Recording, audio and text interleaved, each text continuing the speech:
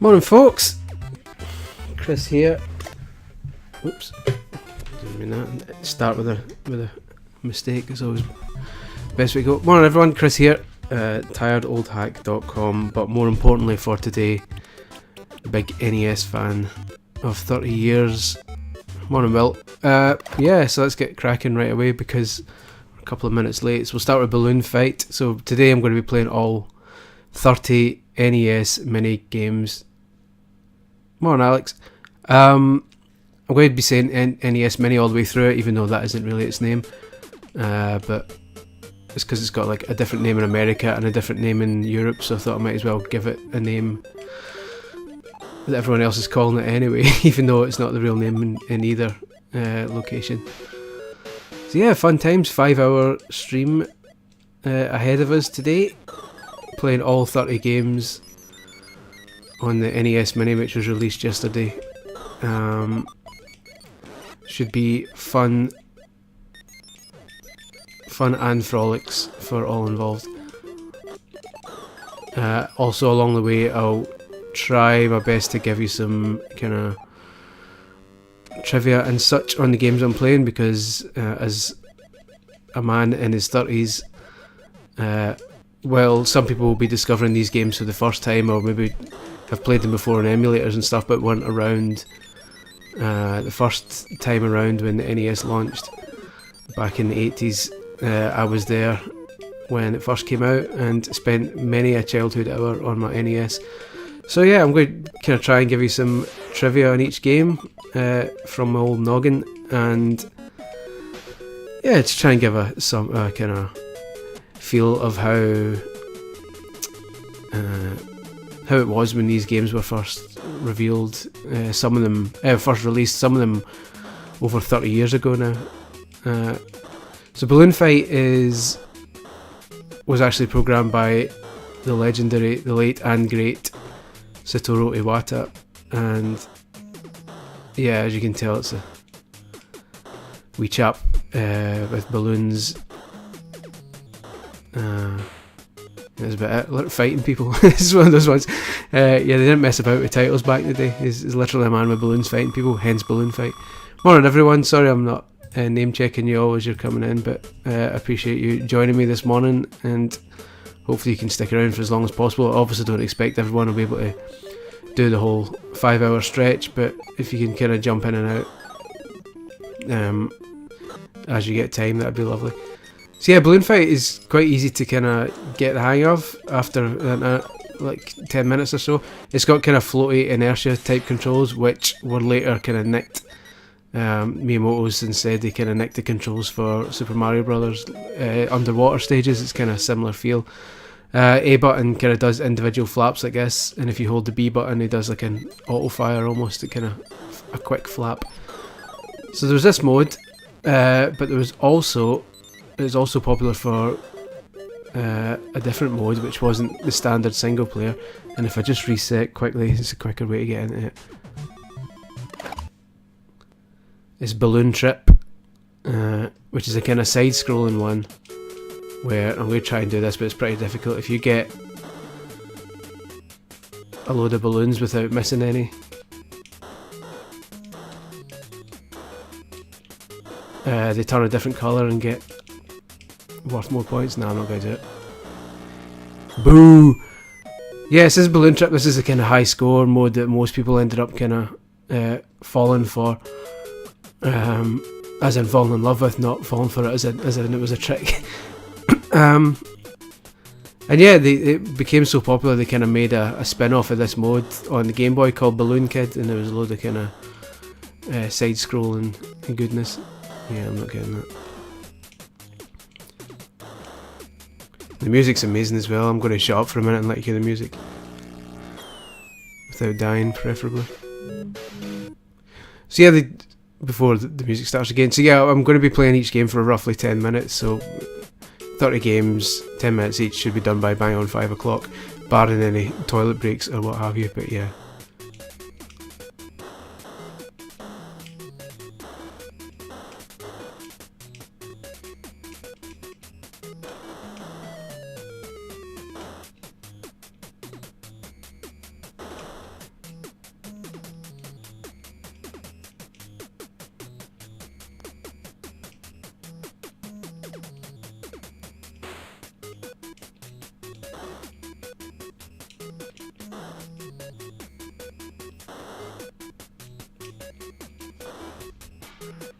Ah, it's been a while. I'm rusty.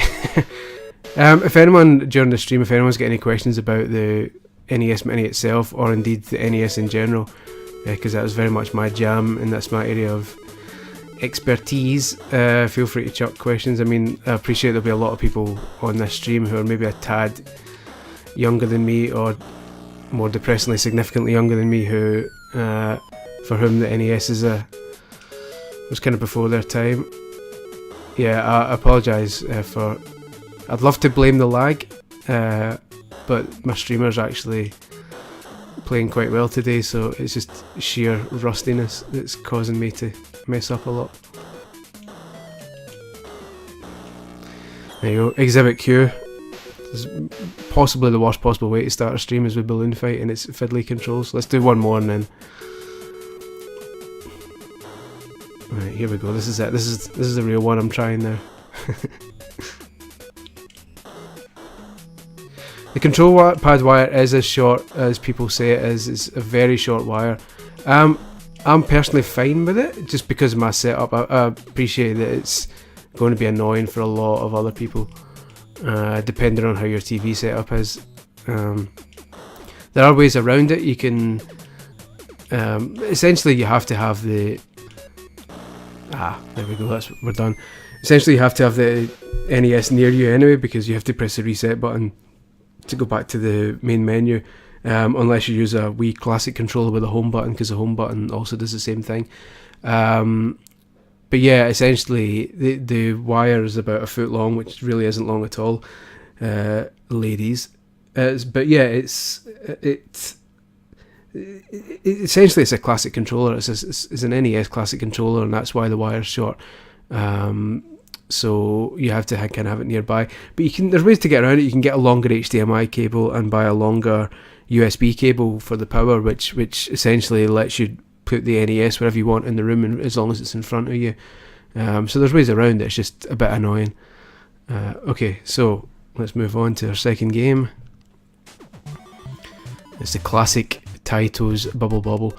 Yeah, if you want to kind of, while you're watching the stream, if you're enjoying it, do feel free to share it on your social network of choice. The more people on here chatting and getting all retro up in this, the more kind of entertaining it's going to be. Yeah, there's a second controller port. They're selling NES controllers separately for £7 or £8, but if you've got a Wii and some old classic controllers lying about for that, all classic controllers work on it. And likewise it works as a classic controller as well on your Wii. Oh, that was schoolboy error. So yeah, if you've got a classic controller lying about, you don't need to buy a second NES one, it'll work just as well. Oh my god. I'm blaming this on 4 hours of sleep last night.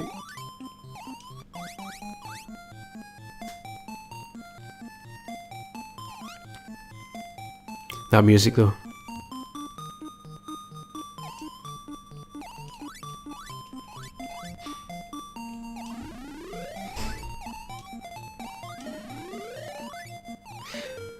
See, back in the day these graphics weren't rough though, that's the thing. This was the pinnacle at the time, and they did some pretty amazing things given the limitations they had with the system.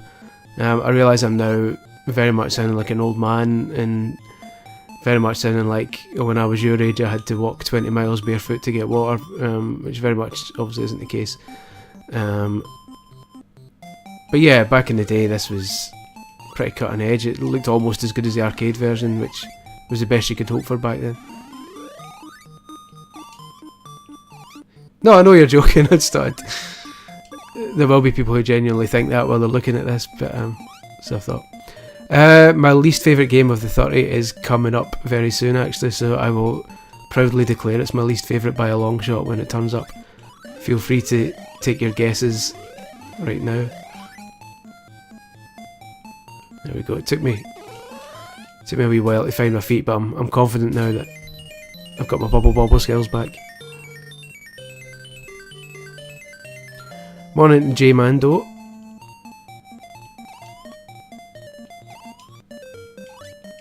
Yes, the Bubble Bobble was a Taito game, arcade game, starring Bub and Bob, who are two kind of lizards well, dinosaur dragon type things, I suppose you want to call them. And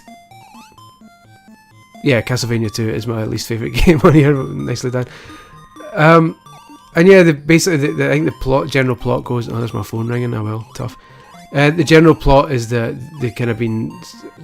I forget the exact details, but some sort of idiot has turned them and their girlfriends into dragons, so they've got to kind of get them back and turn into humans again. And at the end of the game, they do turn into humans, and that leads into the sequel, which was Rainbow Islands, in which Bub and Bob became Bubby and Bobby, and they were human beings.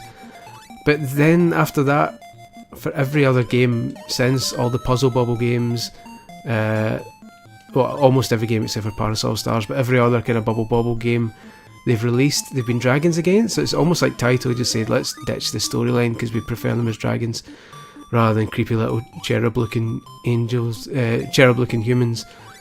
Let's just make them dinosaurs again. And yeah, so essentially they've been trapped in this dinosaur body for the rest of their lives, which is quite depressing when you think about it. The wizard, yeah, I think it was a wizard of some sort.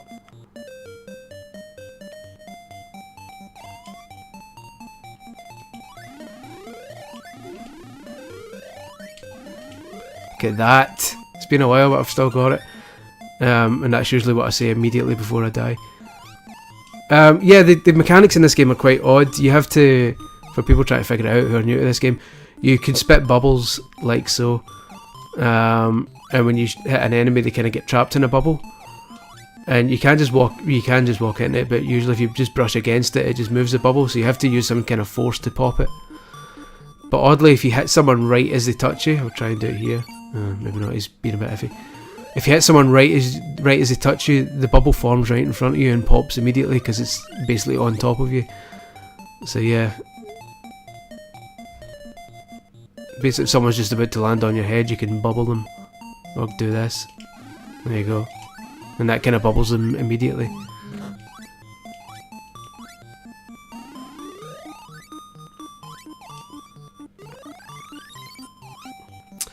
My phone rang there and it was like my house phone, and it was some sort of annoying spam, one of those spam calls, but it's the answer machine keeps beeping there and it's really annoying. So after this game I'm going to take 2 seconds to run out and stop that beeping, because I can hear it but you can't, and it's really annoying. You can also jump on the bubbles for like no apparent reason, which is fun. And there was a skill I could never really do as well, where you can gather a load of bubbles on the side. I'll try and do it in the next level, but it's quite difficult to do. You can shoot a load of bubbles. I'm not sure if it actually works in this one. No, I'm maybe thinking of a different game. There was one where you could shoot a load of bubbles into the corner and they would all build up.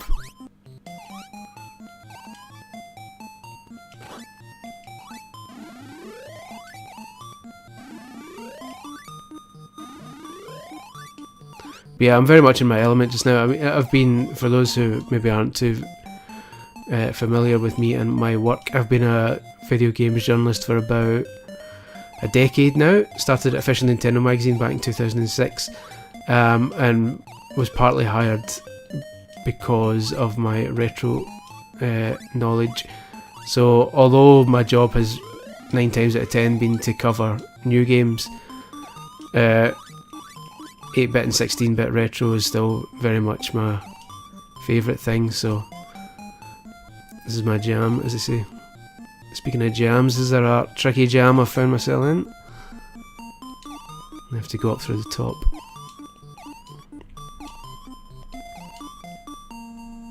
No, I'm getting angry.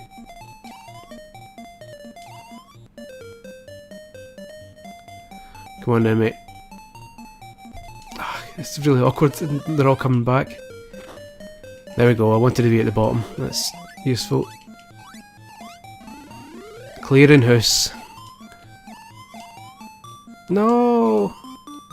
Come back! Oh, that's infuriating. This level has been my undoing. Bosh, there we go. Yeah, I apologise, I am indeed Scottish. No, in fact, I make no apologies. Hope I haven't let you down with my bassy Scottish accent.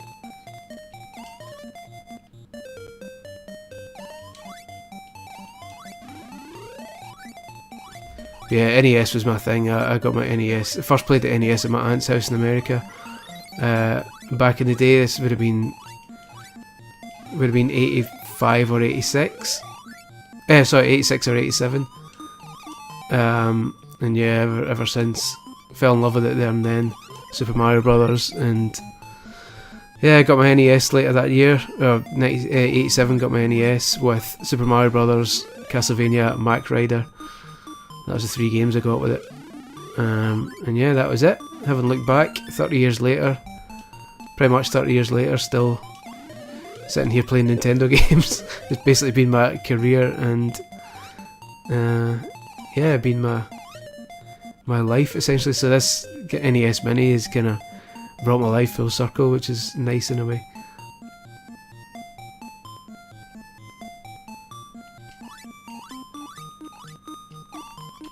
This music though, I love it.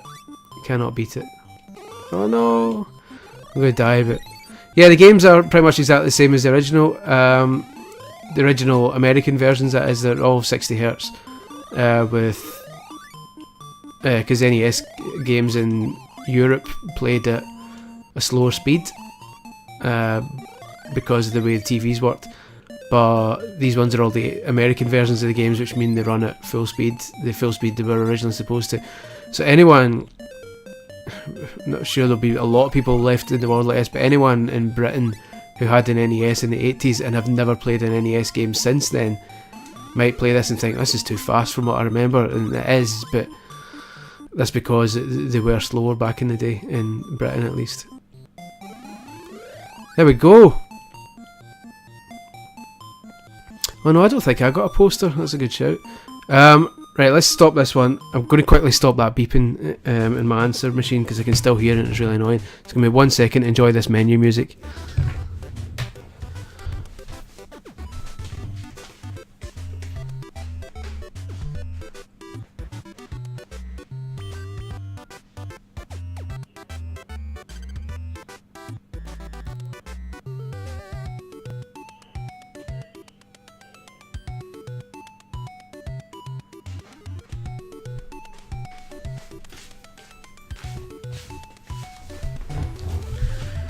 There we go.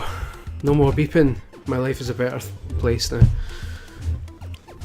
Right, Castlevania. I adore Castlevania.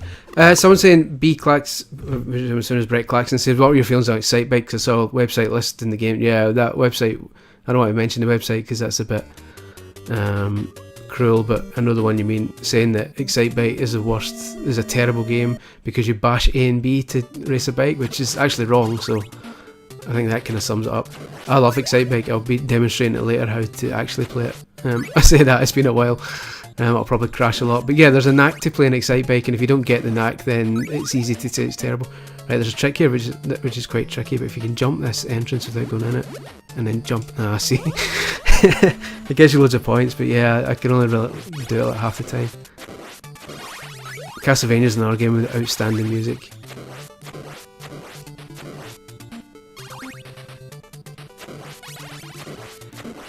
So yeah, obviously this is the first in the Castlevania series, no prizes for coming to that conclusion. From Konami, it's amazing, it's proper, although in later years the Castlevania games became kind of like, well, one half of what people call Metroidvania for this very reason, where it was kind of free roaming 2D platforming. These were kind of linear. The first game was a linear adventure. Can you create restore points like in Virtual Console games? You can indeed. I will demonstrate for you right now. So if I pause here, hit the reset button,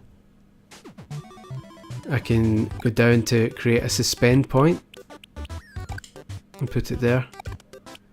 So it means I can go about, play something else, and when I want to come back to Castlevania, I can load up my suspend point, and there we go, we're where I left off. So it's useful if you're playing something like Final Fantasy or Star Tropics on here, which obviously can't always be done in one setting. I'll also show you some of the screen features. There are 3 different display types. The one I'm playing now is one I prefer, but I'll show you what else there is. There's also Pixel Perfect, which kind of there we go. There's Pixel Perfect, which makes it more of a square, so that each pixel is an actual square instead of a kind of slight rectangle, which is what they were. Back in the day, they'd stretched out to a 4:3 image, and not so the image wasn't actually a square; it was more of a slight rectangle. So yeah, so technically this is the way the game was programmed, but it's not necessarily the way you would have ever seen the game. The only time you'd see a game like this is if you're a dodgy character and we're playing it on an emulator, because the emulator, most NES emulators run the games the way the code reads them, therefore as a square like this, whereas on your TV it would have stretched out. So there's that, and then there's also, which is a nice touch, but I'm not going to use it. Let me overwrite that. Someone saying, is it easy to save your progress and return? Do you need to be cautious of saving over previously saved states? You can be, but as you might have just seen there, you can save over a save. No, maybe not, I've just messed it up. Yeah, I'm still getting to grips with it. Yeah, you can go down and you can, oh yeah, start saves it. You can save over it. Or, if you don't want someone overwriting one of your saves, you can press down and lock it, and that means it can be it can be unlocked. You can move it somewhere else, or you can delete it, but if it's locked you can't delete it. So yeah, there's a way to make sure that if a brother or sister comes on, they don't overwrite your save. The other display mode is CRT filter, which makes it look like an old TV.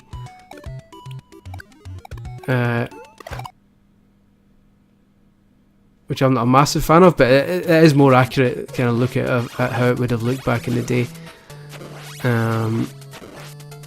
This is the picture I would have seen back in the day on my crappy wee tiny CRT TV. I used to pin my nose to it every day and play the NES. So yeah, this is how it would have looked back then. So yeah, good times. I've messed up this save state thing about a million times. I've played the same bit over and over again, so let me take this filter off, because great as it is, I'd rather play it the real way. So save here. Yep, that works. And then take the filter off. I'm going to play Castlevania for a wee bit longer than my scheduled 10 minutes. I've messed up there. For multiple reasons. One, because I've been messing about and showing you all these different things. And 2, because the next game, Castlevania 2, is terrible and I don't want to spend as long on that. So by the time we're done with Castlevania 2, we'll be caught up with our time schedule. But yeah, I wanted to give Castlevania the time it deserves.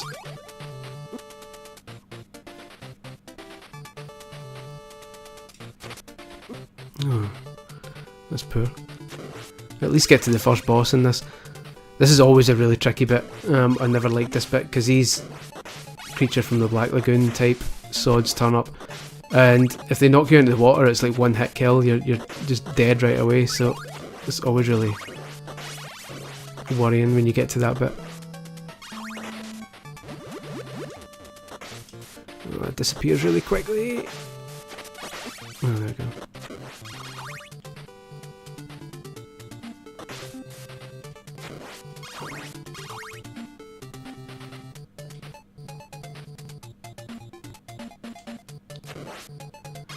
And then we've got a boss coming up here. The hearts you're collecting, those are used to power your special weapons. So I've got a clock just now, which is a bit rubbish, it just freezes the enemies. But there's an axe coming up, which I kind of need for the boss.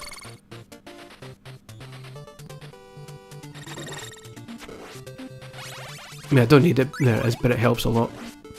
So yeah, every time I use the axe I'll lose hearts, so that's why I've been gathering all my hearts for this big tube. And that power up I just got lets me throw 2 at the same time. Ugh. Which is useful because this boss is a bit annoying.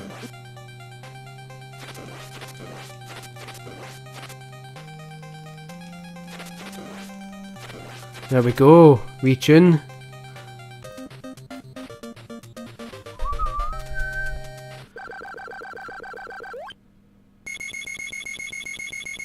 The most annoying noise in gaming history.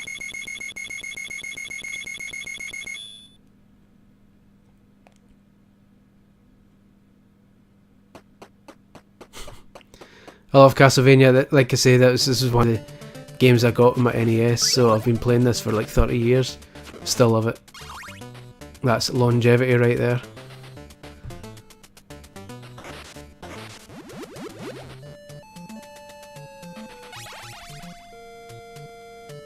Would you recommend still have an NES and a bunch of games? Would you recommend getting an NES anyway, or one of those HDMI consoles? Those HDMI ones I think are massively expensive, and don't really. It's a tricky one because they're massively expensive, and from what I gather, the emulation's good on them, but not. Well, I mean, there is one which is like an obscene amount of money, and apparently, which although I haven't tried it, apparently perfectly recreates the NES. But there's other ones like the Retron and all that, which are actually more like emulators that read cartridges, and they have some kind of compatibility issues with some games apparently.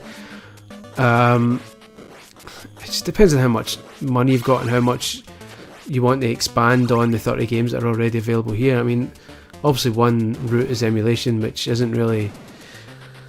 kind of frowned upon. If you want to actually support Nintendo and buy the games properly, then this is probably the best way. If you've got a load of cartridges you still want to use, then yeah, you probably would have to go with one of those, but just be warned that they're not short of that big aluminium one, which is like obscenely, it's like 300 quid or something I think. By all accounts all the other ones have kind of compatibility issues, so you're not going to get exactly the same experience you got before. This bit's really fiddly.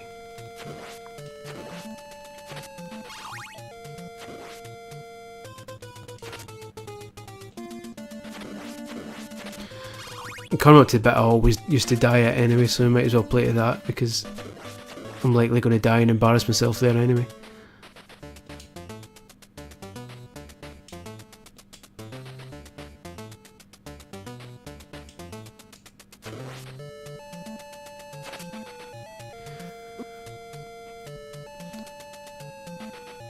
Yeah, hopefully there'll be a lot more in stock by Christmas, because yeah, this is by all accounts is sold out pretty drastically, which to be honest I kind of had the feeling might happen. I know it's easy to say that after the fact, but this is a bit where I always die. But yeah, I mean, I had the feeling this was going to be one of the big kind of Christmas toys. I see this bit is so cheap. If I had the stop clock here, this is the perfect time to use it, because it stops these from moving. Otherwise it's a really frustrating case of time in it.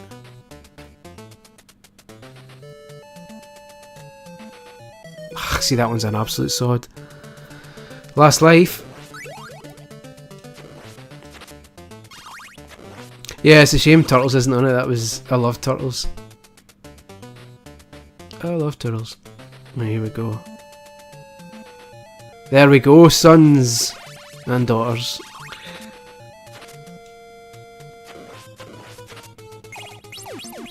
Right, let's do another wee tiny bit and then we'll move on to the dreaded Castlevania 2. The biggest fall from grace in gaming history.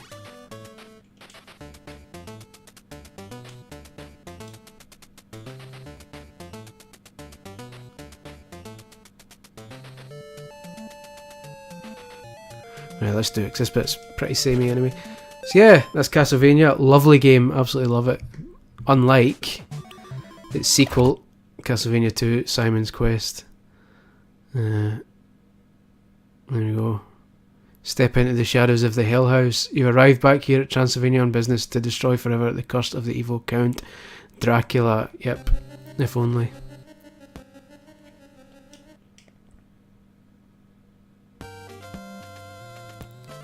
This, they did, to be fair, they did try something different with Castlevania 2. They did try to make it a kind of free roaming, almost like a Zelda 2 type thing, where you could explore different towns and speak to people and then travel between locations, solve puzzles. But the problem was the translation job was abysmal, so a lot of the stuff made no sense at all. So I mean, this is okay, this one works, Bum deals, eh? No comment. So, but there was some other stuff, like the most famous one was there's a puzzle at one point where someone says, "Wait for a soul with a red crystal on Deborah Cliff," and basically there's a cliff in the game. You've got to have a red crystal, and walk to the edge of it, equip the red crystal, and duck down, and it makes a tornado appear. And the Japanese version of it translates as basically duck down at Deborah Cliff while holding the red crystal and a tornado will appear. It basically told you, but that translated to wait for a soul with a red crystal, which made it sound like someone will turn up and give you a red crystal, but no one does because you're meant to have it. The whole game is basically a mess. These bits don't look so bad, so when you're looking at it you might be thinking I'm being a bit harsh. But yeah, in reality, these bits were a kind of break from the hell that is the rest of the game. My voice is going, which isn't the best kind of time. Like half an hour into a 5-hour stream is not the best time to lose your voice, but there you go. Oh, and here we go. This is where it just becomes dark for no reason. I'm about to die anyway by the looks of it. There we go.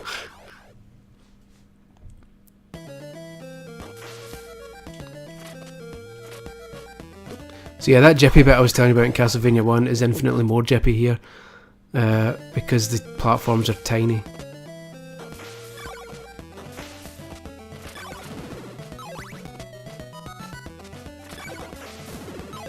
And at night the enemies are twice as powerful, so they take 2 hits to kill. But yeah, I know looking at it you might think this actually looks okay, and bits of it are, and there's some people who swear blindly it's a underappreciated game, is actually a modern classic, but there's so much wrong about it that what's right about it doesn't really make up for it, in my opinion. So this is, of the 30 games on the NES Mini, this is, to be honest, the only one that I really don't like that much. All the rest I will happily play for a long time, but this one I get the feeling that after I play it here for all of you lovely people, this will probably be the last time I boot this one up.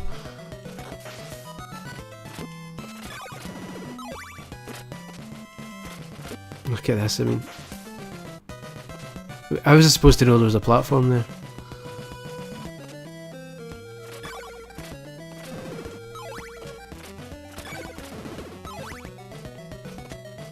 I'm not sure if they reused Castlevania assets for Zelda 2, because obviously Konami developed this and Nintendo developed Zelda. Oh, here we go, there's a platform here, I think. I mean, look at that. So yeah, I'm not sure necessarily if they used assets, but I think it's just a lot of techniques back then were similar across loads of artists and developers, because when you've got a limited palette to use, and you've got a kind of limited abilities, then you'll kind of be inspired by other developers and kind of borrow their techniques.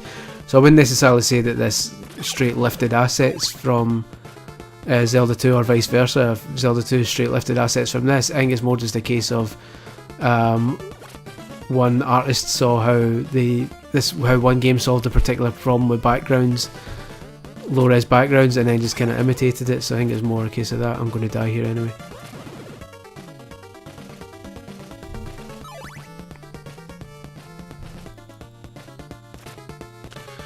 Yeah, so it would appear I'm not long for this world. There we go. Poor. Let's continue. We've still got 3 minutes left of Castlevania 2, so yeah, it is what it is. It's a significantly fiddlier version of the original Castlevania, with loads of badly translated puzzles thrown in, basically, which is a shame because Castlevania is one of my favourite 8-bit games, and this is one of my least favourite, so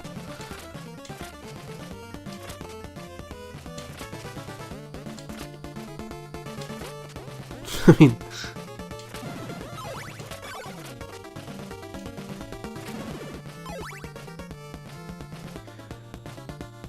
also the fact that the night seems to last a hell of a lot longer than the daytime. Yeah, exactly. There's only so many different. The characters are only so many pixels tall, so yeah, the animations and stuff can only be. Yeah, I love the music. The music's the one kind of shining light of this game, in my opinion. I mean, to be fair, there's lots of people out there who love Simon's Quest, so I know I'm not the. I don't think I'm in the minority by not liking it, but I appreciate there are some who do still like it. So, hey, if that's one of you, fill your boots. But doesn't float my boat, I'm afraid. I mean, look, what am I doing here?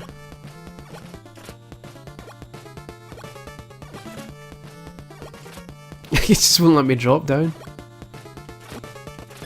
Yeah, you can see that coming.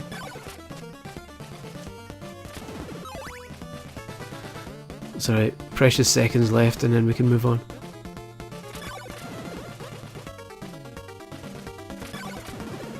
Let's use this for housekeeping then. Yeah, as ever, if you're enjoying this, please do feel free to share it with chums, stick it on Reddit, put it on forums, put it on Facebook, Twitter, Grindr, if that's how you roll. Yeah, just let people know that this is ongoing and to come join in the old retro chat. But yeah, judging by my clock, that is the end time for Castlevania 2 Simon's Quest. A shame. Now you're talking, from the bad to the very good. Listen to this. That tune.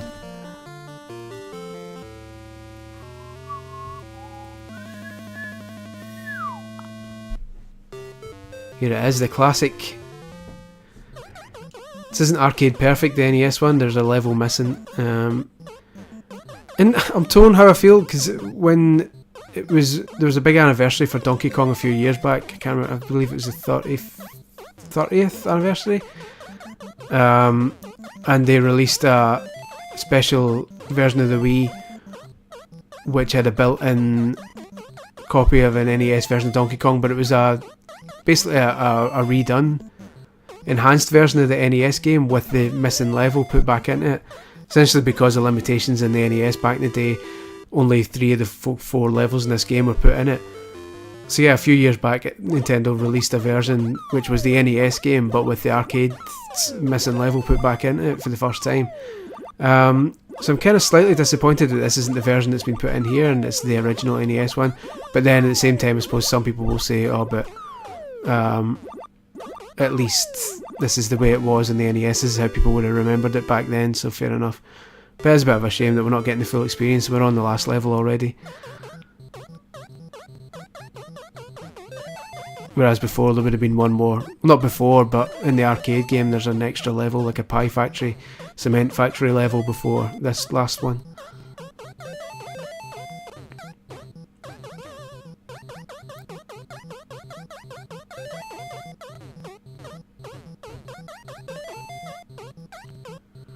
What a game though.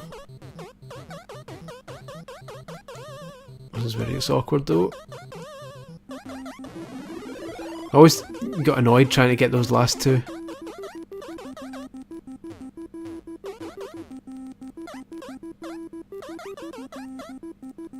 Quick, quick, quick, go away. There we go folks, we're done. Donkey Kong has been completed.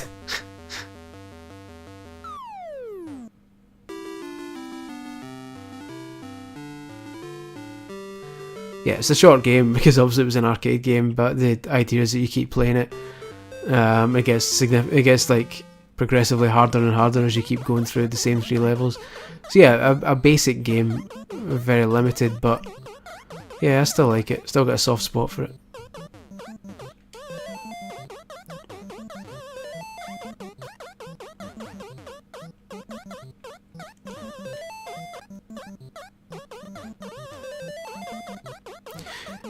Yeah, this is in Donkey Kong 64, and Donkey Kong on the Game Boy, that was an amazing game. Essentially, the Game Boy version of Donkey Kong starts with the 4 levels from this game, and you think, oh wait a minute, is this literally just a Game Boy remake of the first Donkey Kong with all 4 levels? And then when you finish the 4th level and knock him down like you do in this, he gets up and grabs Pauline, his girlfriend, and just legs it to a different area, and it turns out it's this massive game with like 90 levels in it, and it's amazing. Let's go for this.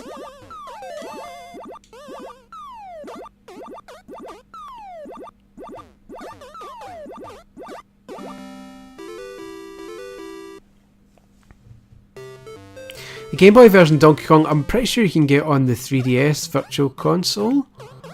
Yeah, J Mando's saying it. It's an amazing game. It's to this day it still holds up. It's brilliant. Go away.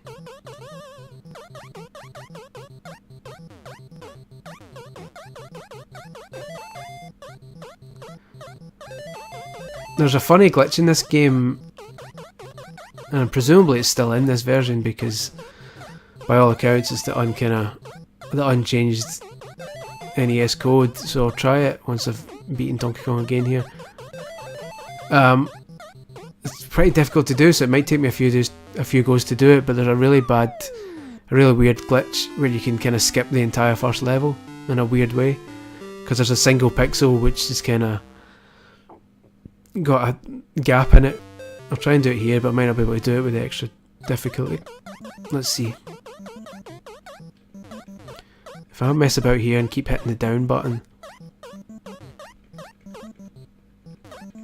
no, I'm gonna die. You have to kind of do it before this guy gets to you.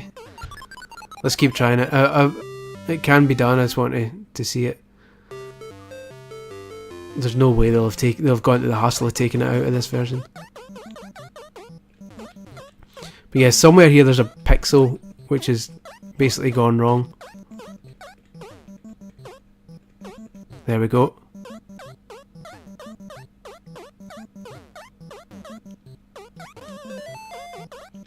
And that's your level skipped.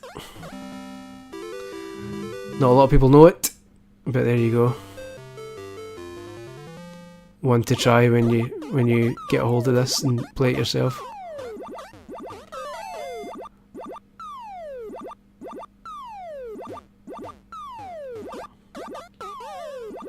But yeah, that's always been in it on the NES version.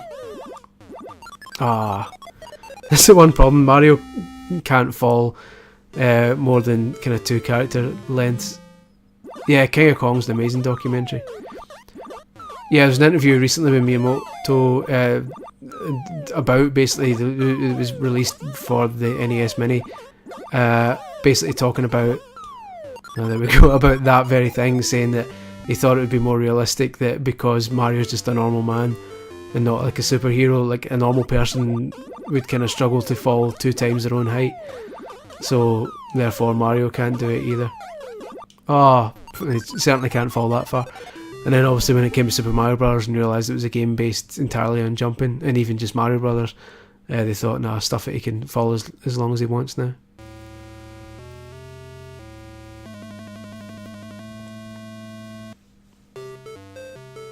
Yeah, that makes sense, his fall distance. I never really tried that, but yeah, it makes sense. Let me try and do this glitch again for people who might not have been watching. There we go. Weirdly, sometimes he dies when he does it. I haven't figured out why. Sometimes he dies when he gets to the top of the screen, sometimes he doesn't, because obviously the game's pretty much broken at that point and it doesn't really know what it's doing. Let's try it again. It's just to the left of the ladder. There we go. Dead again. Yeah, sometimes he makes it down, sometimes he doesn't. I've still not really figured out what it is that makes him survive. But yeah, when it works,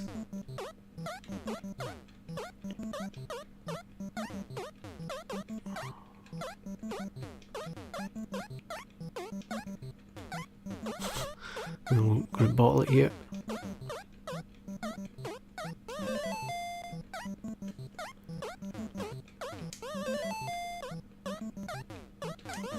This isn't happening, is it?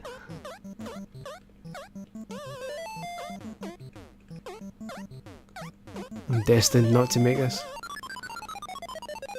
I don't know if it is a bar, but because there's no barrel. I mean, it should be the barrel that kills him, but there's no barrel anywhere near him when he dies. So I don't know. I don't know if like his position in the game is being tracked somewhere else. So although he's up the top, the game maybe thinks he's somewhere on the stage that the barrel's hitting. But I just don't get it. Let me try it one more time. There we go. So let's see.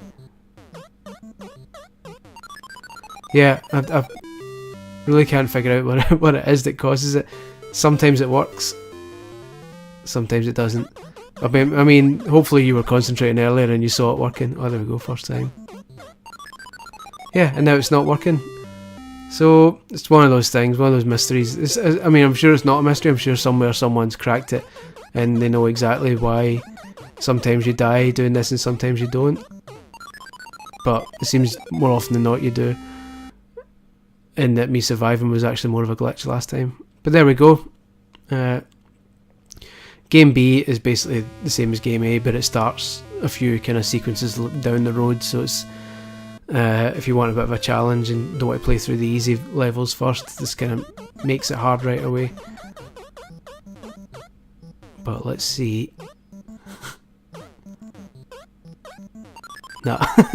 Ah well, it was worth a try. Worth it with it.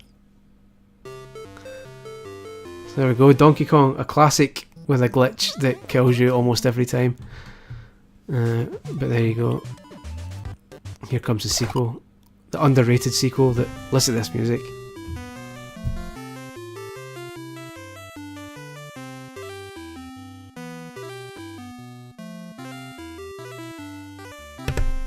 Lovely. Donkey Kong Jr., the only game in Nintendo's history in which Mario is a bad guy. So as you can see, he's captured Donkey Kong after the end of the first game, and now his son's got to go and rescue him. Now basically, Donkey Kong Jr., he has two different climb speeds for vines. So if you're on a single vine, it goes up it really slowly, but down it quickly. And if you're grabbing two, you can go up fast, but down really slowly. Well, slower than that at least. So yeah, you've got to kind of grab different vines and go at different speeds. So it's a bit more complicated than the first game, and I don't know if that's why less people liked it. But I've always kind of, I agree with Will. I always kind of preferred Donkey Kong Jr.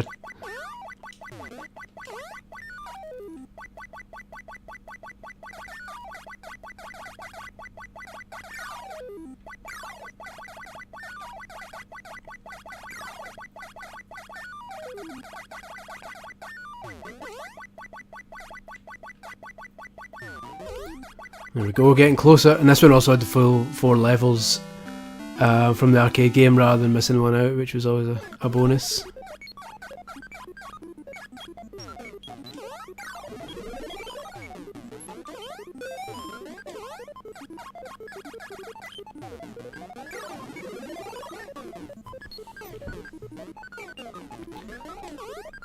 Oh, that was a close one.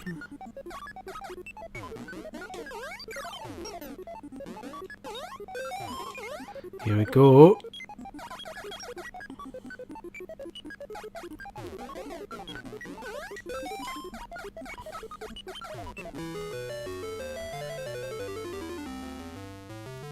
No Donkey Kong Jr. Math, sadly, which is a tragedy. I'm sure everyone will agree that the edutainment title Donkey Kong Jr. Math is not not one of the 30 games included here. So if you have children, they'll have to go without classic math education.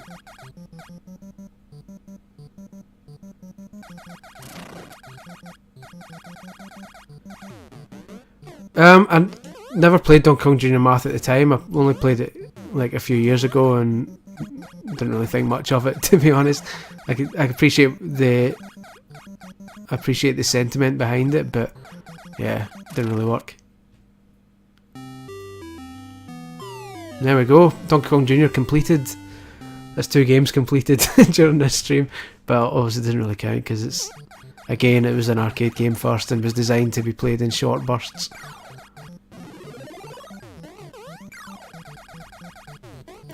It's an interesting kind of... Oh, that's what I get for talking. It's weird because the arcade games are kind of split into 2 categories. Back in the day you had ones that were designed to be really difficult and kind of sap your money away from you, so that you would never. Basically, it was almost impossible to finish a game on one coin. Even stuff like Street Fighter and Mortal Kombat, which were famously, well, obviously massive arcade games, were kind of programmed to gyp you in that if you were an expert, or at least if you were half decent at it, you would eventually lose because the AI would just get more and more advanced, and basically the difficulty level would keep raising and raising and raising until you would have to be like a superhuman to beat them. But I always miss this jump. Yeah, that jump's always a tricky one. Again, he can't really fall. But then there's the other kind of arcade games like Donkey Kong and Donkey Kong Jr. and similar games where they were designed that... Jesus, that jump always gets me. They're designed to be finished. Essentially, they're designed to let you at least have a decent chance of getting to see the ending, so you can enjoy the kind of enjoy the fun of seeing the end of the game. And then if you were an expert, you could keep playing it on a loop. So yeah, I always prefer those. I prefer kind of short ones where you can actually see how a game ends.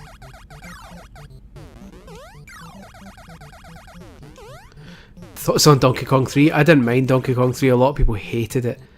Yeah, Donkey Kong 3 starred a bugman called Stanley, who for some reason Donkey Kong had decided he fancied annoying this guy instead.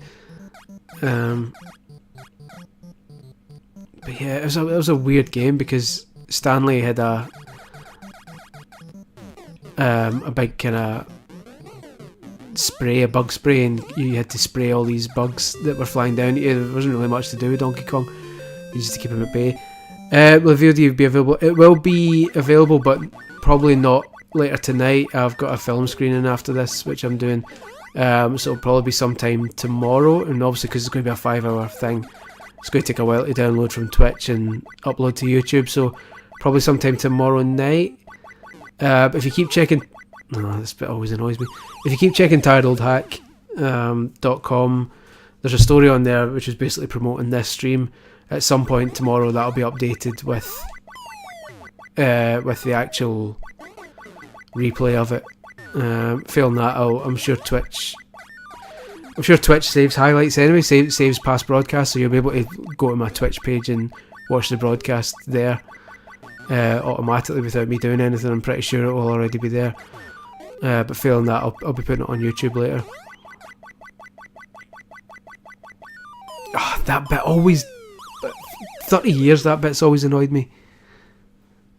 This level is the one weak point in Donkey Kong Jr. I think. It's got that really awkward spring. It's got the really awkward bit when the moving vines join the bit at the left, and sometimes it doesn't really work. These jumps are really awkward to hit. Any chance for another Does About Metal screen on YouTube, Twitch or London again? Definitely on YouTube. London's a bit of a trek for me now. Now I'm in Edinburgh, which combined with the fact I had to pay for the venue back in the day means it'd be massively expensive for me to do that. But I'll definitely be doing YouTube ones again. The last one went down quite well, so yeah, there'll definitely be more of those coming. I did get to see Raw, and I got to see Raw in the Hydro. I didn't see SmackDown, but Raw was good. An entertaining night.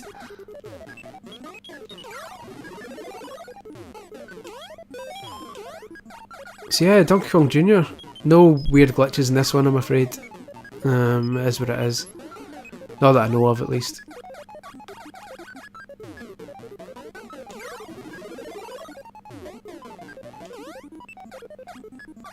I'm sure there is one somewhere. People always find weird and wonderful ways of breaking old games.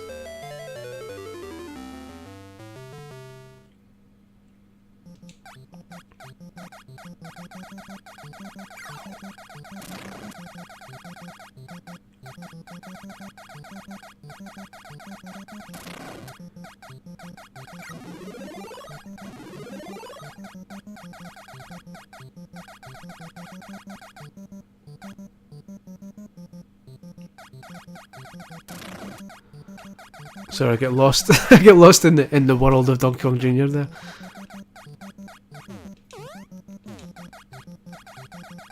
Yeah, there's a weird kind of Donkey Kong family tree which I tried to break down at one point in O&M and just got kind of odd.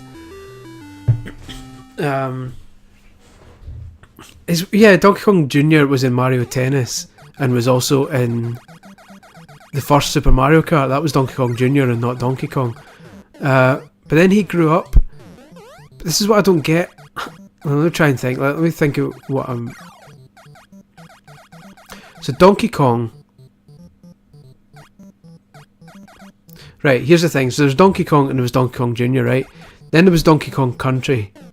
Later on, years later, there was Donkey Kong Country on the SNES.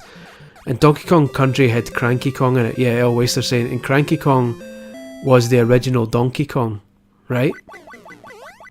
Now, Cranky Kong was the original Donkey Kong. Which means Donkey Kong in Donkey Kong Country has to be Donkey Kong Jr. and not actually Donkey Kong. But then when you get to Mario Tennis, which is Donkey Kong, who's supposed to be Donkey Kong Jr., and Donkey Kong Jr. is in it. So is he Donkey Kong... Is he the original Donkey Kong's grandson?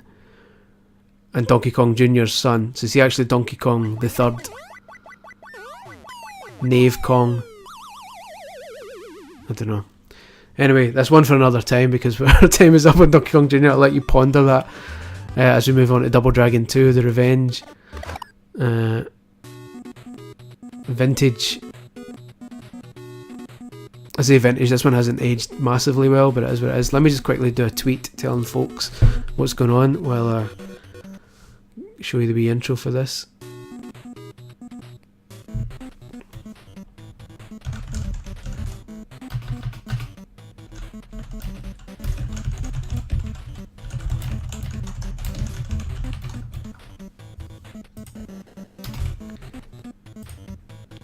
I was just tweeting that out.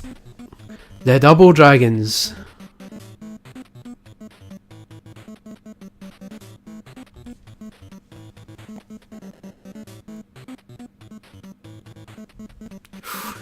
Dark.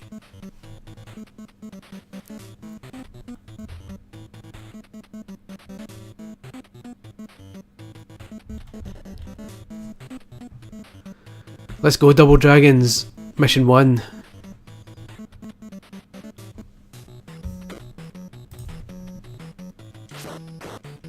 Double Dragons had a weird kind of combat style where the actions you performed changed depending on which way you were facing.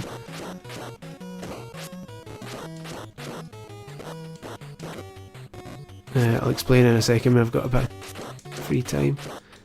It always took me a while to get used to it. So basically if you're facing this way, A punches and B kicks that way. But when you turn round, it reverses, so B punches and A kicks that way. So basically B and A attack left and right. So it changes depending on your context. This is the B button, B button, A button, A button. So yeah, it's a really strange one. But there you go. So when you come back to it after a while, like I'm doing just now, it takes a wee while to kind of get back into it because it's just the complete opposite to every other side-scrolling beat 'em up.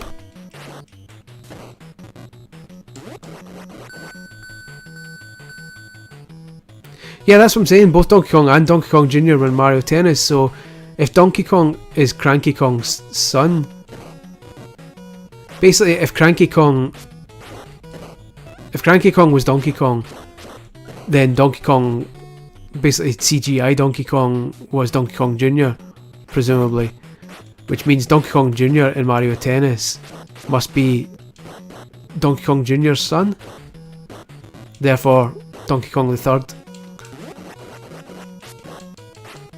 It's not that important, I'm sure Miyamoto would tell you to shut up, but these things have to be addressed.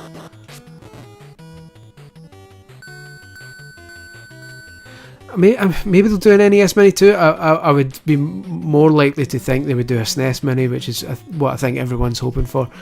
Because much as this is a brilliant Wii system and I love NES, I think there's a greater demand for the SNES Mini because of time. Like, more people got into the SNES than the NES, so more people remember the SNES, have fonder memories of the SNES. I mean, not me, I'll kind of love them both, but there are a lot of people younger than me in their mid-20s for whom the SNES was their first system, not the NES.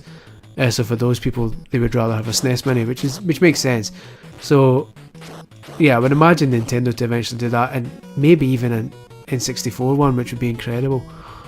But obviously I don't think it'll go much further than that. I think they would stop there.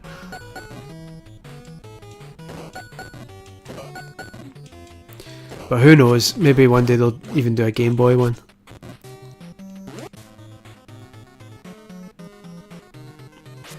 This guy's really annoying.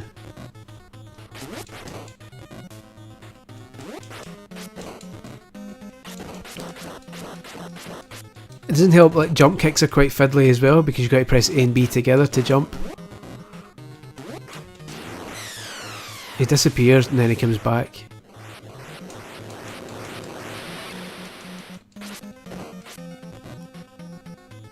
I was never the world's biggest Double Dragon fan, to be honest. I did quite like it. There he's gone. I don't hate it in the way I don't like Simon's Quest, but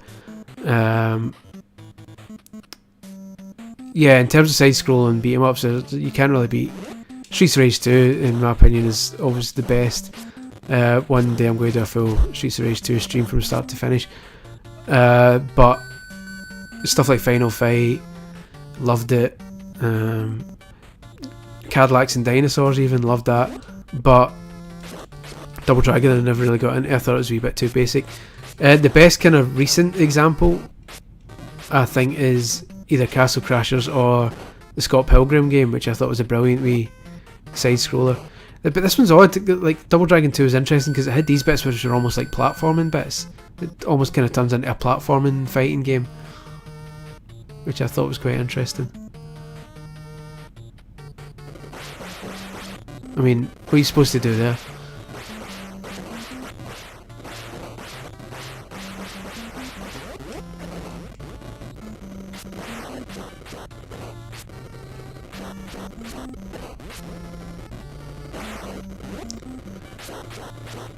I don't know if you can hear that, hopefully you can. Upstairs I've started their washing machine up and it's making a big loud rumbling, so hopefully the mic isn't picking it up. Apologies if it is.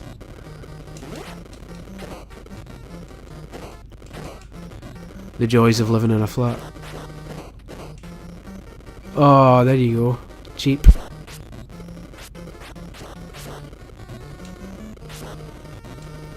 So yeah, Double Dragon, the first Double Dragon was also the game that the first game seen in The Wizard, the NES movie, or the Nintendo influenced movie starring Fred Savage of the Wonder Years fame, which is basically a kind of video game version of The Who's Tommy, where instead of being a pinball wizard, instead of being a deaf, dumb and blind kid who plays a mean pinball, it's an autistic kid who plays a mean pitfall, and is basically a gaming wizard. So Fred Savage we first realises this when they're in a cafe, which has got a Double Dragon arcade machine, and as he walks over to collect him and say, "Come on, we got to go," he goes, "You got 15,000 points on Double Dragon?" And it turns out the wee guy's shit hot at Double Dragon, so he goes, "Yep, okay. You are the wizard, therefore we're going to California." Not sure if it's on UK Netflix. It's definitely on a Netflix, but I want to do a stream of it at some point. In fact, regardless of what it's on, if you hold fire on it, pretty soon I'm going to record a commentary track for it. Not an official one, but for my site. I want to do a commentary that people can basically sync up with the movie. So if they want to watch the movie, and then 50,000 it was in Double Dragon. Yeah, because Netflix adds stuff and removes stuff all the time, so it might not be there anymore. Either way, I'm going to record a commentary track that people can sync up with it, so if they find a version of it, they can watch it on their own first, obviously, and then get my take on it with kind of nerdy trivia and stuff all the way through it. Yeah, I love The Wizard. Absolutely loved it. You need to bear in mind, when it came out, I was like 6 or 7, so it was like the perfect time for me. I was massively obsessed with Nintendo and all gaming at that time, so to have a Nintendo movie come out, one that showed Super Mario Bros. 3, which I knew nothing about at the time, was just mind blowing. It's got a really depressing ending, which is surprising for like a family thing. It's like about like a kid dying and stuff. But yeah, this is always a weird bit because that door opens and you're basically on a plane at this point, and when that door opens up, yeah, like that, you can get sucked through it and die instantly. So it's pretty cheap.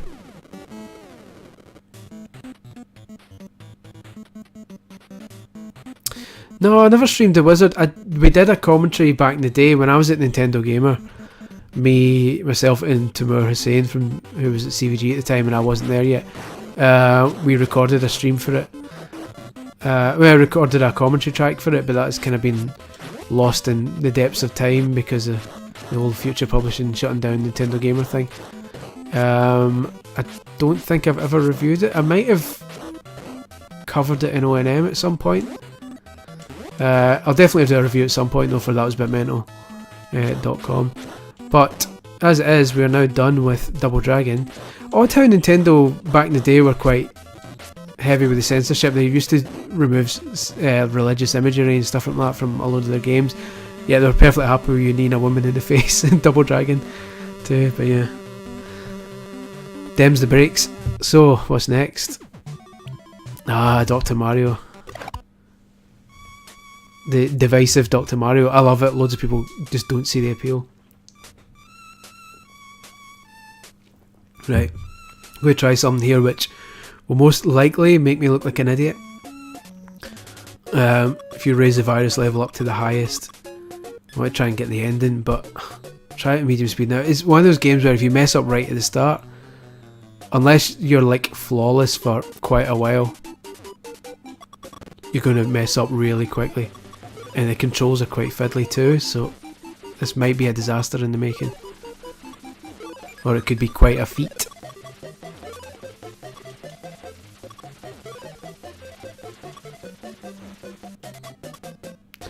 Yeah, it's your basic match 3 puzzler for people who don't really know Dr. Mario. You've got to get rid of all the germs on the stage.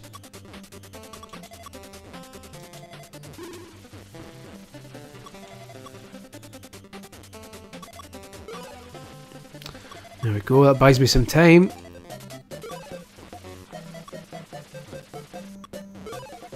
Yeah, and you get rid of things by matching up four together, obviously. Yeah, it blatantly is Lady Madonna. I always thought that. You're spot on. I think I showed Tom East once this and that resemblance, and he didn't see it or hear it indeed, but each their own.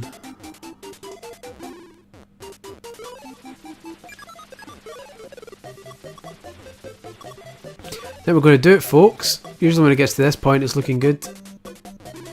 So you might get... I'm pretty sure the NES version had the ending and not just the Game Boy version.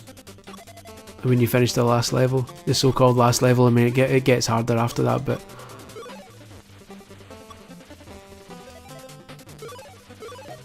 yeah, Dr. Mario, as a single player game it's fine.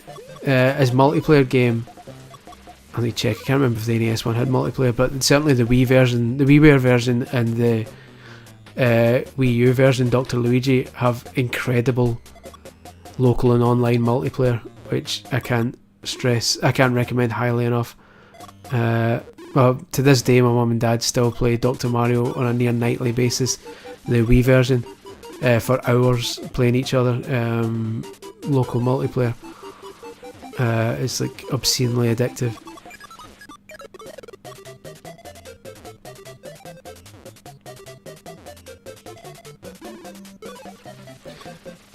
I appreciate it's not quite as exciting watching someone playing it. It's one of those games which isn't really action packed unless you're the one behind the controls, but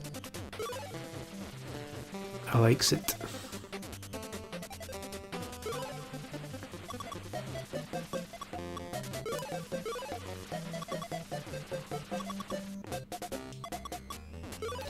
So wee combos on the go here.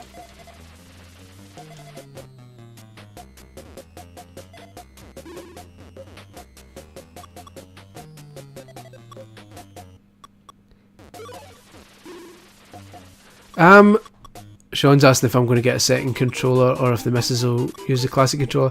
Listen, I think you'll find I'm a chivalrous gentleman, so when the missus is playing, I'll be using the classic controller and she can use the original, because that's how I roll. I'm a gentleman, you see.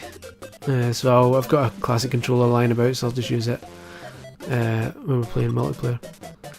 Which, to be fair, we probably will do a lot because she isn't much of a gamer, but she was a kind of retro gamer back in the day, so she remembers all the NES and SNES stuff, so she's actually really good at Super Mario World. I say actually, I don't mean that in a weird way, but I've tried to play other games with her and she's been universally terrible at most of them. But yeah, so when she wanted to play Super Mario World one day, I didn't really hold out much hope, but it turned out she was amazing at it, and that's because she actually did play it.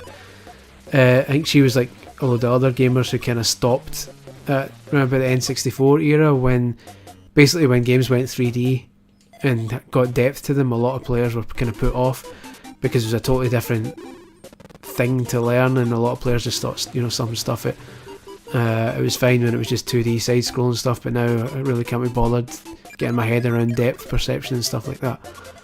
So yeah, she kind of gave up at that point, like a lot of people. So yeah. Yeah, we're going to bring back North of the Borders soon. I'm not sure when exactly, but yeah, it's definitely one of our plans is to bring that back. It was for those who don't know, North of the Borders is a podcast I did with my wife. Basically, because I'm Scottish and she's Canadian, we are both from a country that is north of the border of a kind of larger country which dominates, shall we say. So yeah, we decided to do a podcast called North of the Borders about a Scot and a Canadian. So yeah, we're definitely going to bring it back at some point.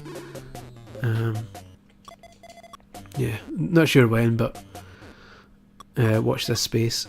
Not literally this space, because this space is me playing old Nintendo games on Twitch, but watch a similar space. And here we go, we're nearly finished. Dr. Mario.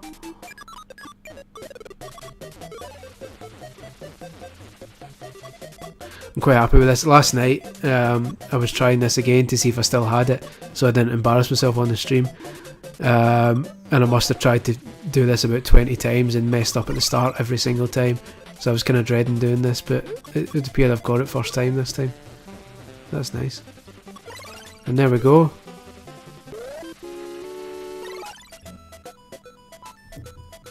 Oh no, it doesn't have the ending. Yeah, there we go. Congratulations.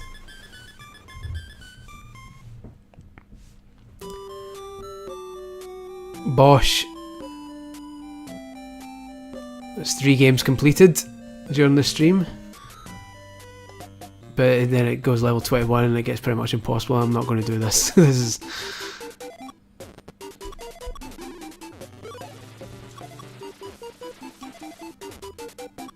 But yeah, I recommend tracking down, if you've never played Dr. Mario before, I appreciate it doesn't look too thrilling when someone else is playing it, but if you're into kind of puzzle games, you really should give it a whirl, as they say, because it's actually... I really enjoy it. It's an acquired taste, not everyone likes it. But I certainly do. It's one of my kind of favourite puzzle games, which is why if you go to my lists on Tired Old Hack, you'll see... I'm pretty sure I've got Dr. Mario listed in at least one of the lists, my 30 best games lists. I can't remember which one. Maybe NES, but I'll need to double check.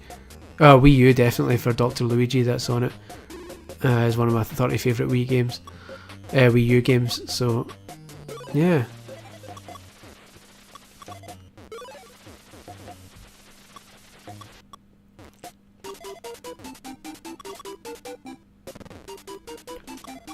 So yes, it's looking significantly trickier than it did before. Oh, I've messed that up. It's when they chuck your colour you don't have lying about, like that yellow. Yeah, there we go, bottled it.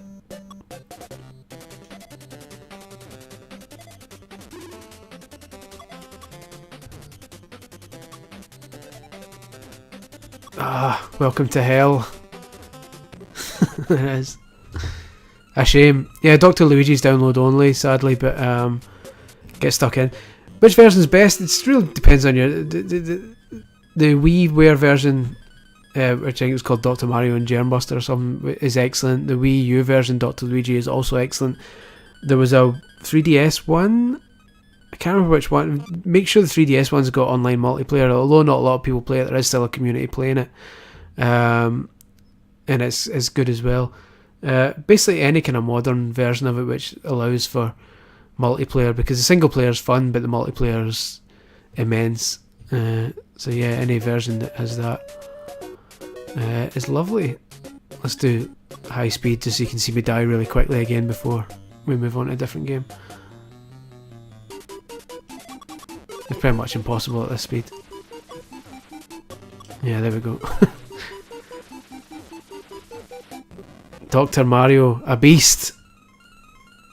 Not in that sense, I'm sure he's all very much above board. Right, Excitebike. The notorious Excitebike. A terrible game according to a recent website. Who also claimed you have to batter A and B to drive your bike, which isn't actually what happens. So right, here's how we actually play Excitebike, because a lot of people... Let me pause this.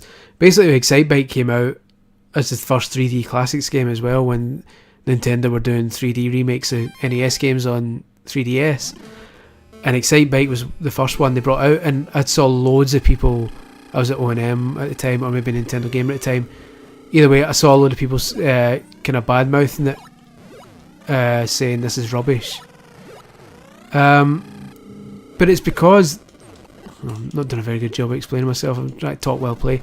There's a kind of way of playing Excitebike that you need to learn. Essentially, the A button... The A button is like a low speed, which is what I'm doing just now, right? This is low speed. B button is high speed, but when you use the B button, your temperature goes up. You see it at the bottom. So you don't want the temperature to go up. But if you go over an arrow like this, the temperature goes back down again. So the trick is getting as high a speed as possible for as long as possible and hitting all the arrows to drop the temperature so you can keep doing it. And then when you land, you want to land with your wheels as flat as possible so you don't lose any speed. And that is how you excite the bike. See, because if you don't land properly, you hit a bounce. I didn't do too well there because I was trying to explain it.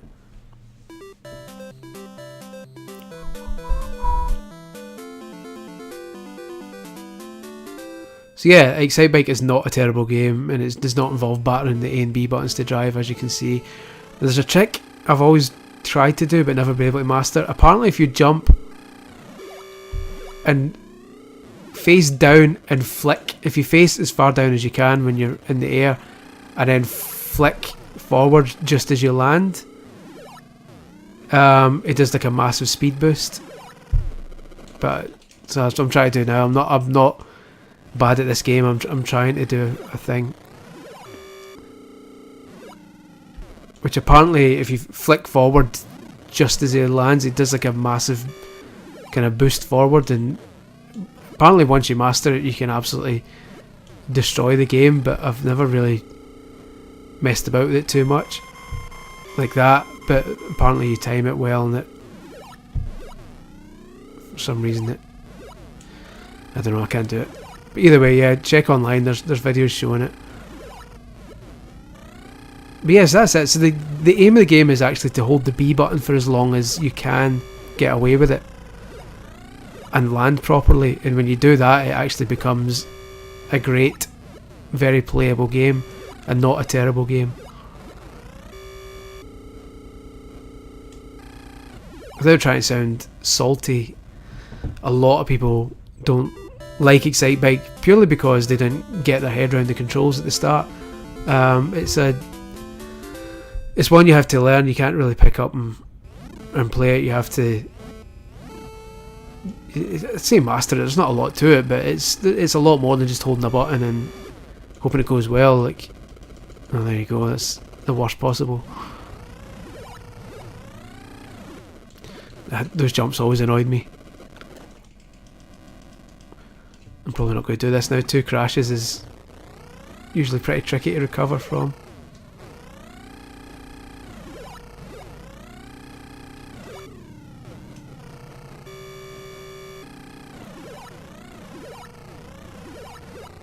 So yeah, that's the trick. Hold B as long as you can. Drive over the arrows to bring down your temperature. And yeah, land on 2 wheels, and that's how you do an Excite the Bike.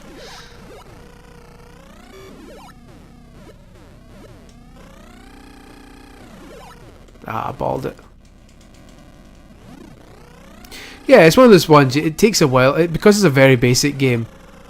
Nowadays, in this day and age, we don't have a lot of patience as gamers. We don't take time to learn stuff. If it looks like a simple game and you can't get the hang of it within 2 goes at it, there's always a kind of temptation to say, oh, this is a broken game. It looks simple, but it isn't simple, therefore it must be badly made. But a lot of games, old games like this, looked simple because they had to look simple. Every game looked simple, but had a depth to them that still had to be learned. They're deceivingly not simple, essentially.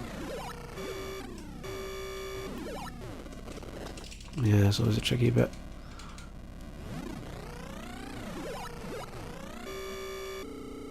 So yeah, now I'm having to go A button now, like a slower one to get my temperature down.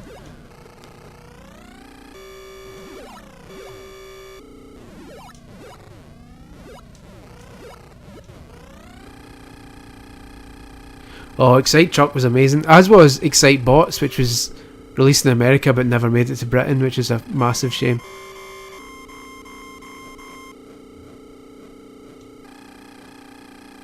Excite Truck got a bit of stick when it first came out. Excite Truck was one of the first kind of big post-launch Wii games, but at that point people were still reeling from the fact that the Wii graphics weren't as good as they'd hoped. So Excite Truck got a bit of unfair stick, I think. I enjoyed it. Again, another game that was more complex than it looked, and a lot of people turned on it because it was more than just racing. You had to do loads of other kind of things to earn stars and perform stunts and stuff, and people, again, a game that took a few hours to get your head around it.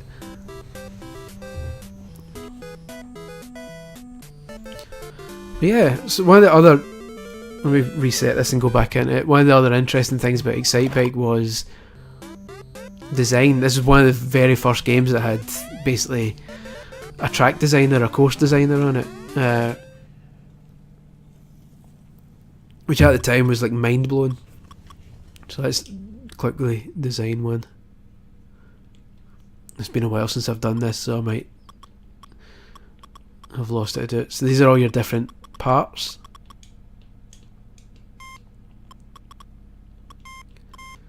So let's put one of these here. Let's have a small ramp there. Move on.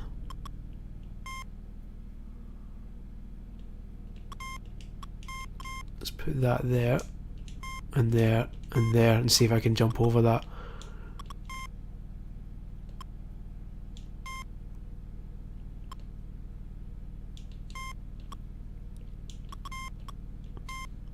End it there. I know it's not massively exciting, but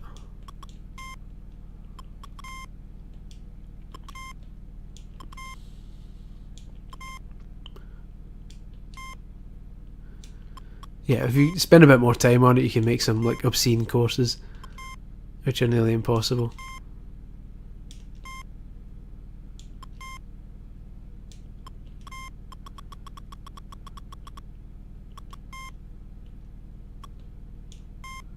And there's the end. Let's play it.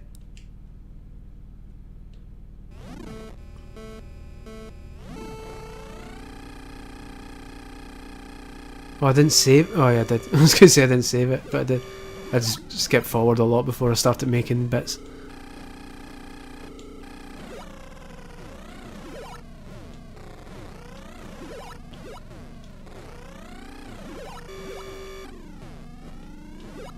There we go, there's my track. I know it's not that exciting, but back in the day that was mind-blowing, absolutely mind-blowing, that you could make your own tracks. Now let's come out of this, go back into it really quickly, and try really difficult. So you can see how kind of tricky it gets.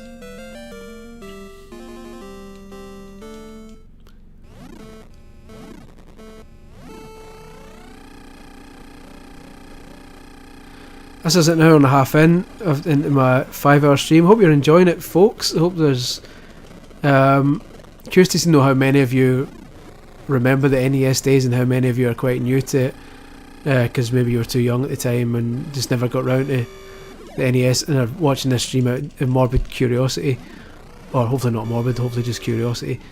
And how many of you are watching it for nostalgia purposes would be interesting to know. And also obviously whether you actually enjoy the stream. If there's anything you actually want me to discuss that I've not mentioned yet, feel free to ask anything about the NES Mini itself, or whatever the hell it's called. The NES games that are or aren't on it, the NES in general. If there's anything, any questions or comments, get them chucked on the chat and I will address them. But until then, we're done with Excite Bike. That's our time up for Excite Bike. So what is next? Final Fantasy, a game that doesn't work well in a 10-minute period. So yeah, you're probably not going to get to see a lot of Final Fantasy here, but in hindsight I should have played a bit last night and made a save, but yeah, here we go.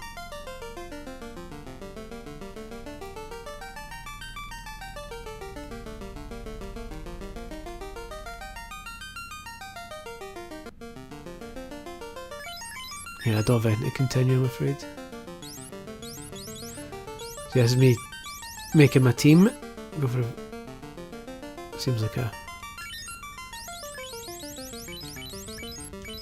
Oh yeah, and they don't have long enough names, I forgot that.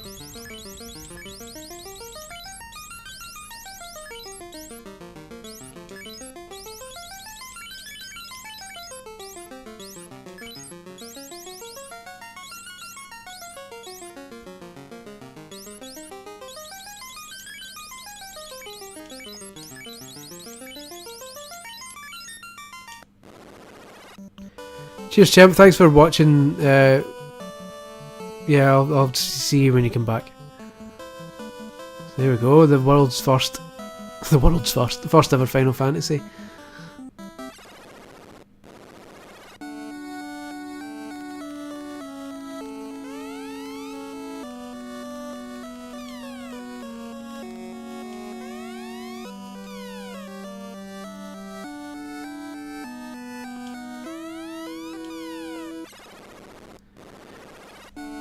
At the time this was mind blowing, like this game.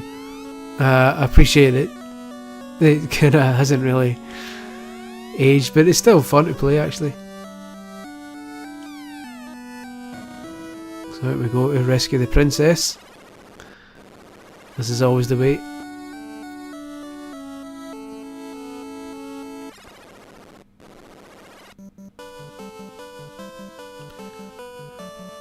There we go, looking for a scrap.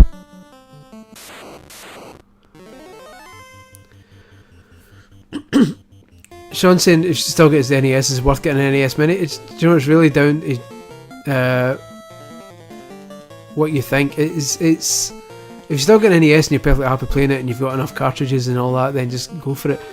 I personally really like this. The games look fantastic, as you can see. Hopefully the streams are good enough quality that you can still see what's going on. If you don't have even if you have an NES, if you don't have a lot of the games that are on the 30 games that are on this list, then obviously it's worth doing just for that alone. Oh, I'm forgetting you can't. I've getting to change this later on. Like if you attack an enemy that doesn't exist anymore, they just punch thin air. I was a Final Fantasy fan for a wee while. Yeah, see, I've punched a imp that doesn't exist, so I need to switch about. He hits him. He hits him. He hits him. I was a Final Fantasy back in the PlayStation 1 days, so 7, 8 and 9 I was really into. 8 was my favourite. But yeah, I've always liked kind of Final Fantasy. But yeah, it's, as I was saying to Sean, if you've still got an NES and loads of cartridges, then you might just be happy with that. If you don't have a lot of the 30 games that are on this is obviously a cheaper way of doing it. And it's, if you're a collector as well, it's an amazing wee box as well. It's a nice wee dinky NES, which is always nice to see.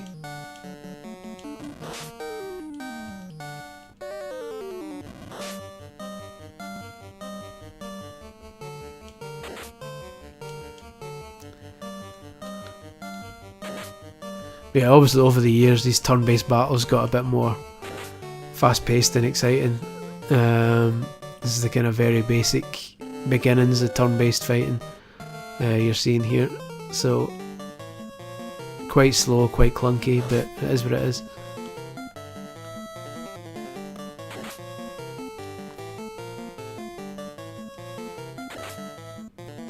Deed.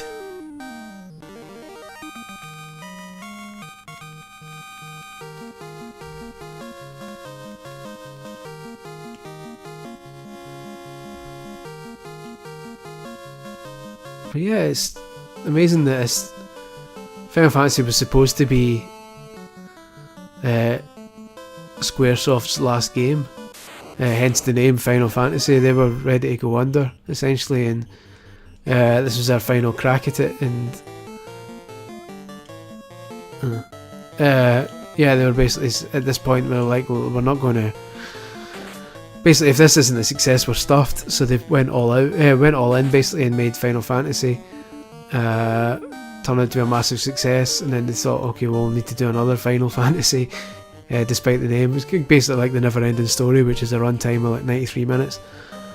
It ended up not being their Final Fantasy at all. It ended up being the first fantasy of like 400 of them.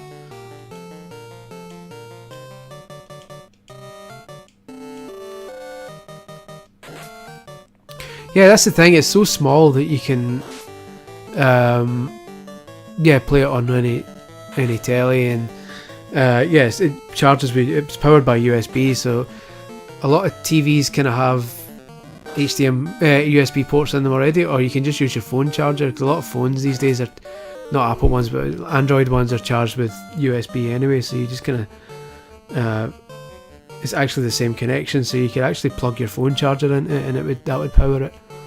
If you use an Android phone with a standard kind of mini USB port at the back of it. I've been talking loads of rubbish, and Chris is dead.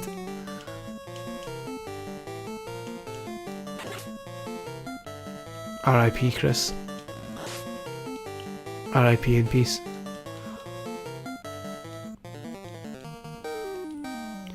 These other boys are useless at fighting as well, which is awkward. You know, that one damage at a time.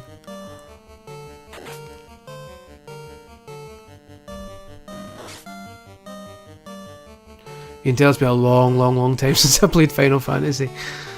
Let's have a look. We must have more than that. This magic isn't any use at all. So you can only fight. He's got no magic. Oh, man.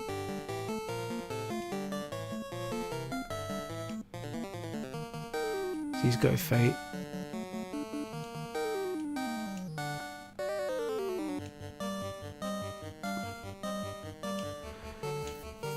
Been a while. It's been a while, folks, since last played Final Fantasy. The years where we are.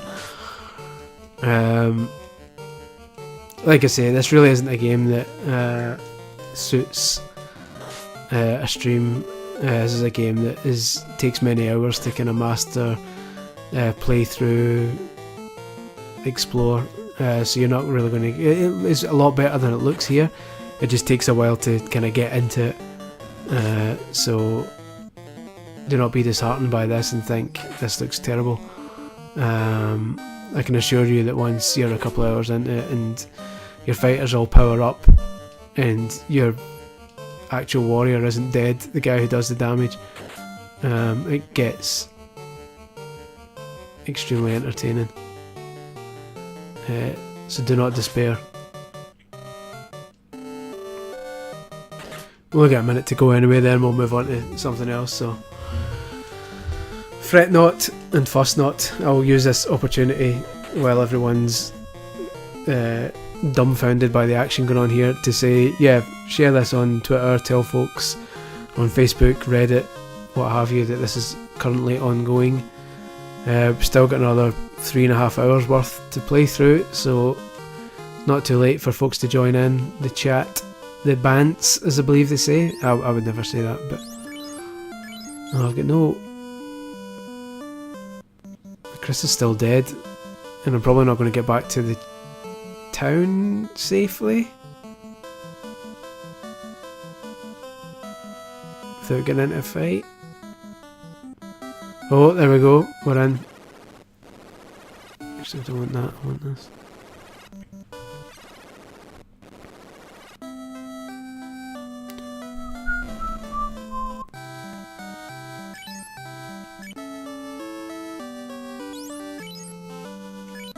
I'm forgetting the inn doesn't heal him, you need to go to the church. I'm pretty sure the church doesn't look like a church here. Yeah.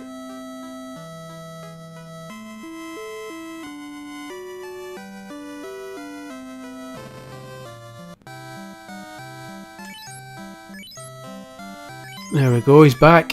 So yeah, that is Final Fantasy. Like I say, stick with it if you're getting the NES Mini and you're looking at this thinking, Jesus, this looks rough.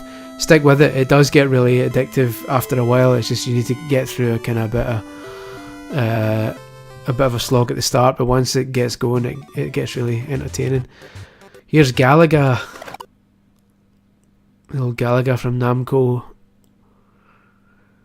Curiously, distributed by Bandai in America. Obviously Namco later merged with Bandai.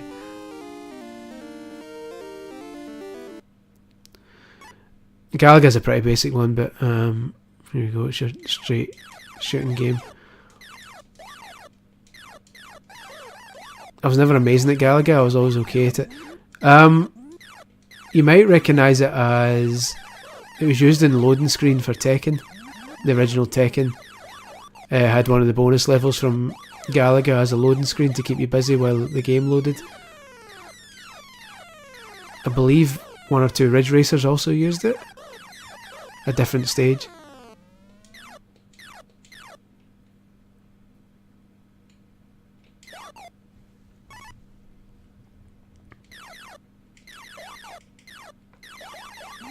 So Galaga was kind of unique at the time when it came out because enemies would dive at you, which oh, that was stupid, which back then was like mind blowing.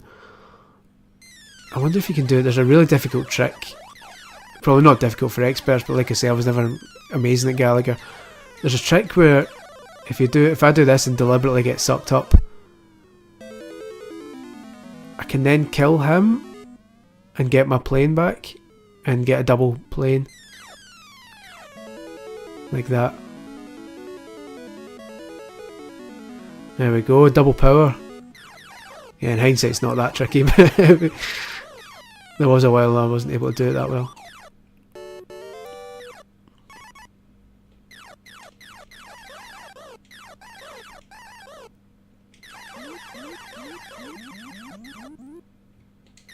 This is the level that was in the Tekken loading screen.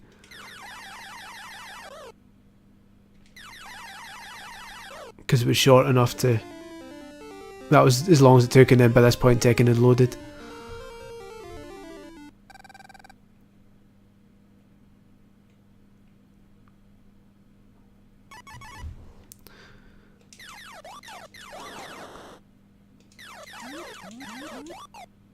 Yes, this is going to be a fairly basic 10 minutes because Galaga isn't the most complicated game, but it is what it is.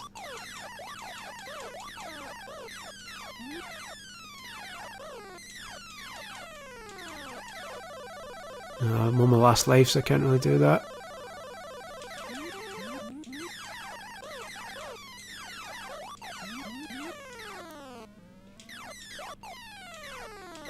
Ah. There we go. So close to that high score, that generic standard high score as well. Let's do it.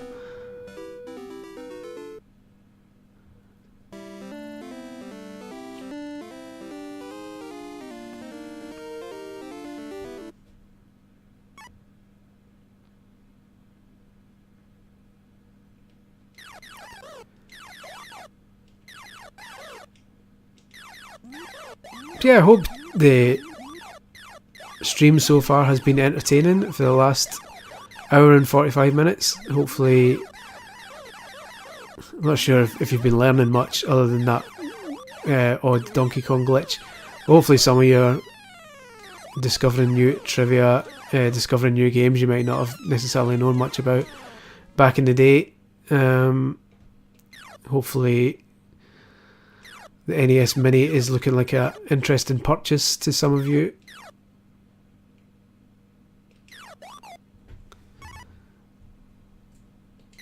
Yeah. Hopefully the stream quality is okay as well. I mean, I tested it last night and it seemed pretty good, so hopefully there's no... It's still running at a fairly smooth 60 and there's not much jittering or lagging. Hopefully it's all running smooth as pie. Although I don't think pie is smooth.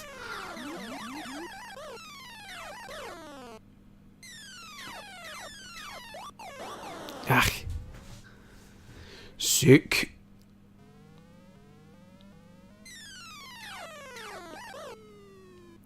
Most things are better than Saturday Kitchen, are they not?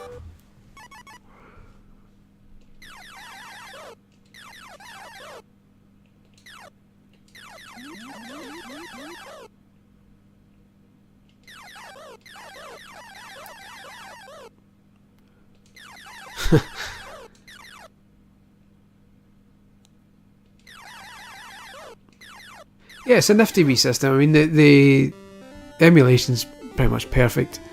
Looks cracking on a TV, on an HD TV. Even though it's only a lot of people, I've seen a couple. I say a lot of people. I've seen a couple of people moaning at the fact that it's only outputs at 720p. But come on, like, I'm not really sure of what you want. These games were like what 240p or something when they first came out. So I don't know. Some people just kind of focus on tech specs these days and don't actually, with the greatest respect, a lot of people don't really know what they're talking about, and they hear 60 frames a second and 1080p and think that's, if a game doesn't reach that, it's not worth playing. But I think you'll find the NES 60 frames a second, 720p. Well, it's 720p now. Yeah, have some of that.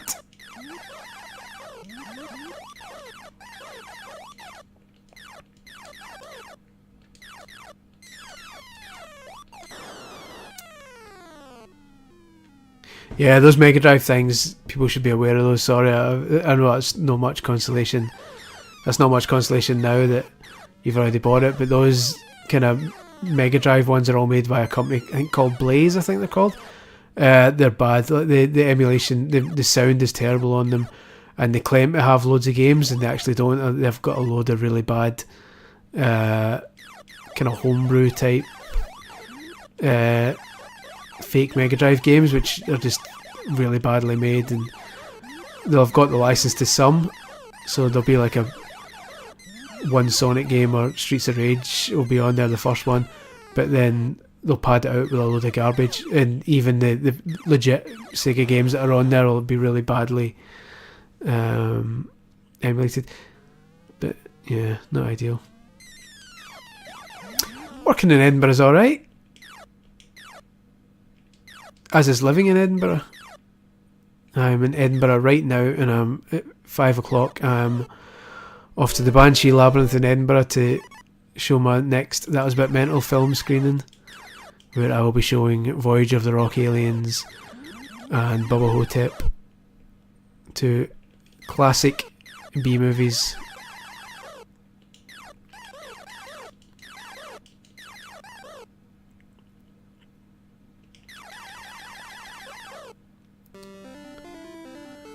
But yeah, bit of Galaga. It's one of those games that's really simplistic. There's not really a lot you can say about it. It is what it is. You've pretty much seen the almost everything the game has to offer. It's just like more stages of progressively more difficult enemies. Pretty simplistic stuff, but every game on this stream gets a fair 10-minute whack. You can tell it's been a while since I've played it as well, because I'm getting hit by the most obvious shots.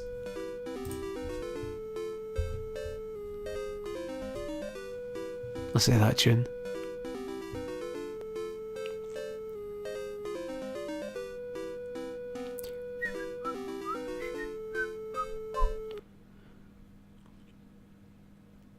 Galaga. Let's do another wee minute of it and then we will move on. Ah, the public. The good old public.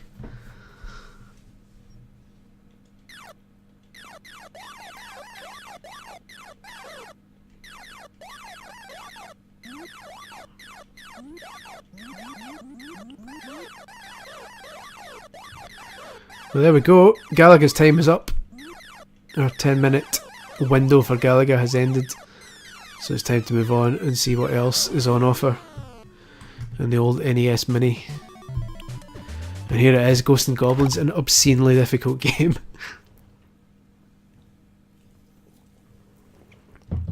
I'm going to look really bad at this, and that's because most people are really bad at this. It's a very difficult game.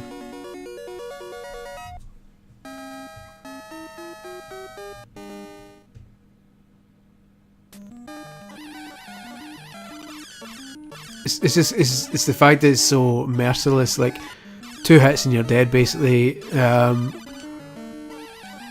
hit puts you in your drawers. Quite literally, you removes your armor on your guys in his scants, and then another hit and you're dead. And it's just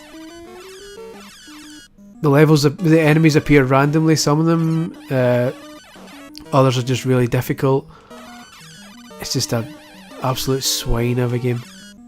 Like, some of them just run at you really quickly and there's nothing you can really do to react.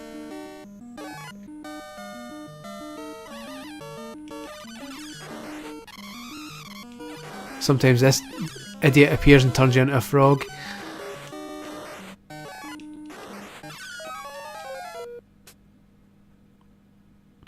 Believe it or not, I finished the Master System version of Ghosts and Goblins. I rented it and finished it that day, but that's because I think the Master System version had unlimited continues and was a bit easier than the other versions. Ghouls and Ghosts it was, sorry, not Ghosts and Goblins, Ghouls and Ghosts. Oh, there we go. So when you're a frog you can't actually attack. So it's as good as a hit, it's just rubbing it in.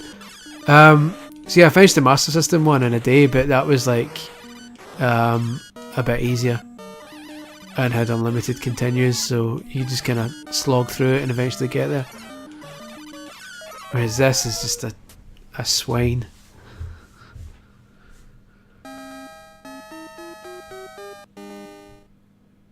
It didn't help that the NES version of this was also a tiny wee bit. The controls were a bit clunky. Do you know what I mean? Like sometimes, like stuff didn't. I don't know. It's hard to explain. It's a bit unwieldy. Like when sometimes stuff doesn't happen quickly enough. So when you press a button to throw something, it doesn't throw it quickly enough. And that's not an issue with the NES Mini. That's just the way the game was as well. It was always a kind of clunky feeling game. You always kind of felt like you were battling against the game as well.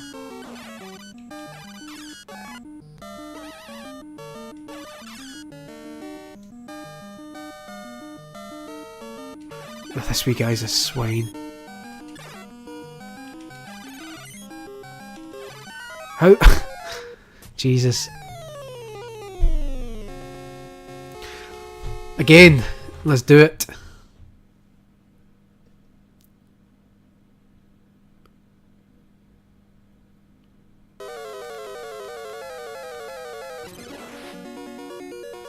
That tube.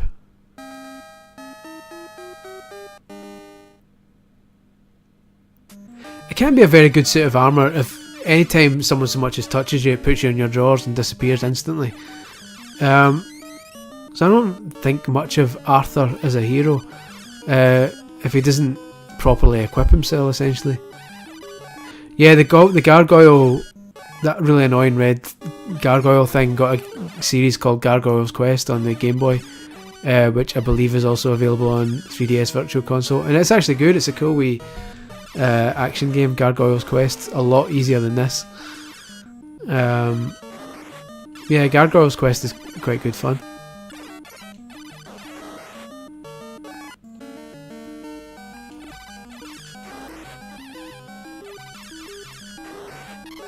Oh, this idiot! Get out of the way. I'm pretty sure I ducked that, but okay.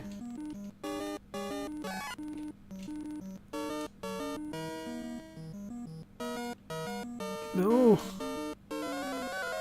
Jesus!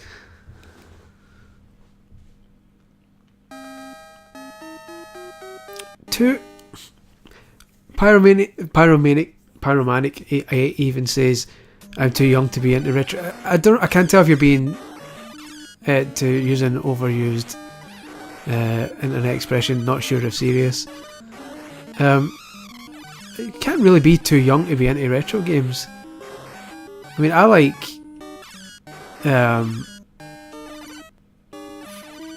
movies from the 60s, and I wasn't alive in the 60s, and I'm not too young to enjoy 60s movies.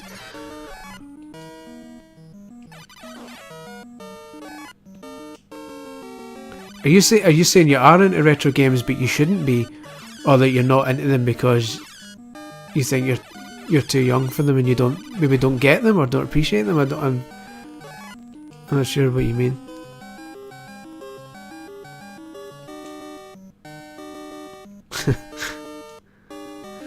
Oh, I see. It was a jibe. Oh, these guys.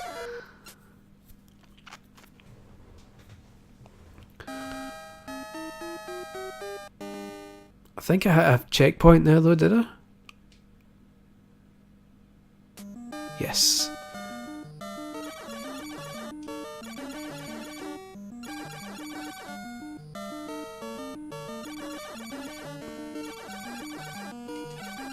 See, this was how you did gaming back in the 8-bit days. There's a lot of 8-bit games that are obscenely difficult, and you just had to basically do it over and over and over again until you could master them. And every time you would play, you'd get a tiny wee bit further and a tiny wee bit further and a tiny wee bit further, and get game over, have to go all the way back to the start again. And that was how these games got their longevity. They were like deliberately difficult for that reason, to make you keep kind of coming back to them and coming back to them and coming back to them, and slowly but surely learning where some of the enemies appear, learning the patterns to defeat each enemy or avoid each enemy, and slowly but surely making your way, like pixel by pixel. Every time you played it, you got another wee bit further and got excited, and so you tried it again and got another wee bit further. Which is why when I come back to a lot of these games decades later, I'm way back to where I started again, because you forget all the bits and essentially find yourself back in the same situation again, where you're struggling at level 1, whereas when I was like 10, I could probably blitz level 1 if someone asked me to. I could probably, because I remembered how I'd struggle with 2 or 3, but I'd get past. You'd always get past the first bit. There's like a generation of gamers back then who were amazing at the first levels of loads of games.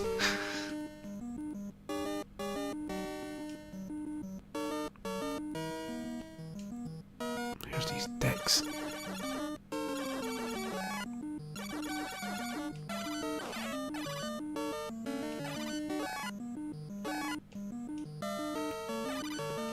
I never liked these things.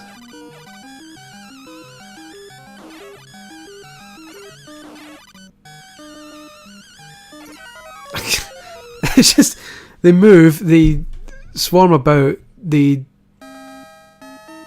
drop things on you. Right, see you, Will.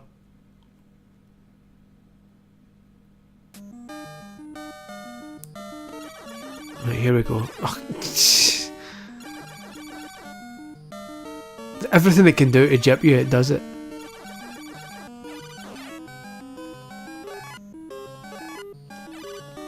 Right, I'm just legging it. These guys can get stuffed.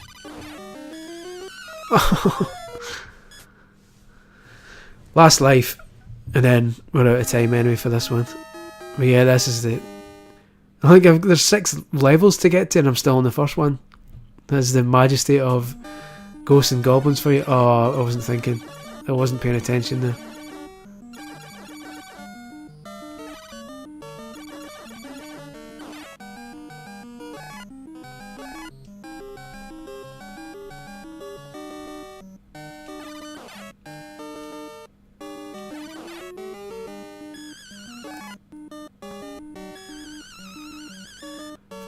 I've got it. Oh, and then this guy. I forgot him.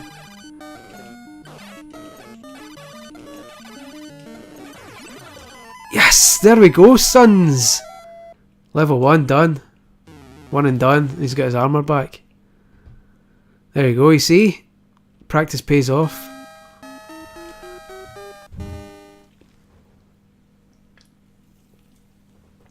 It took me weeks back when I first got this. So yeah, there's a very sneaky quick glance at the second level and Ghosts and Goblins before I die and move on to something else.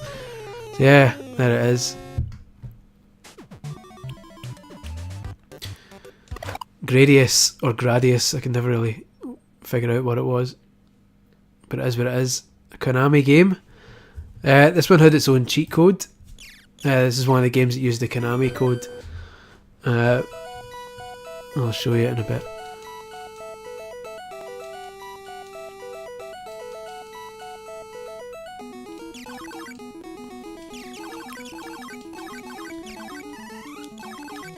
So basically every time you defeat like a group of enemies, you get these power-ups,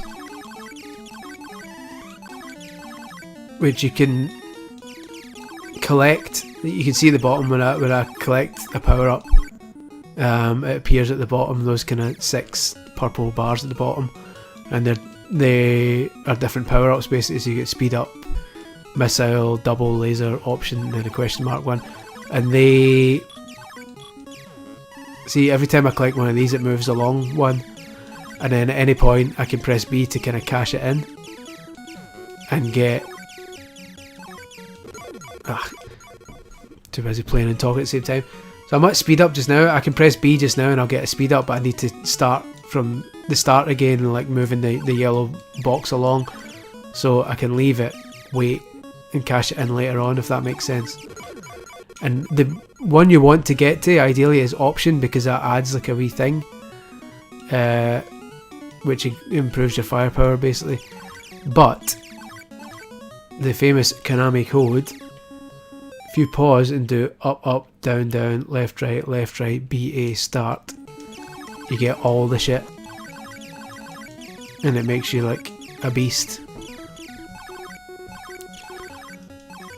So that's the Konami code in full effect.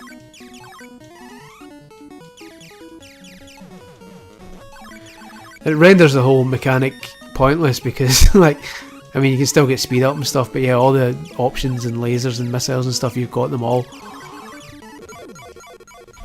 Indeed. Doesn't really help if you die though, but you can pause and do it again. Up, up, down, down, left, right, B, A, start. Oh no, you can only do it once, that's right. Never mind. I forgot, I forgot this one, you can only do it once.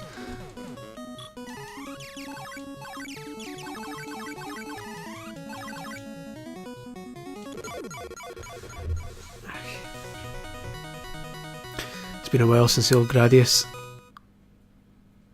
Could never figure out whether it was Gradius or Gradius. You're welcome to argue it amongst yourselves, but presumably Gradius because it was Japanese. And Japan doesn't have an A sound. Like legitimately, that wasn't a joke. Like, the Japanese language only has 5 vowel sounds.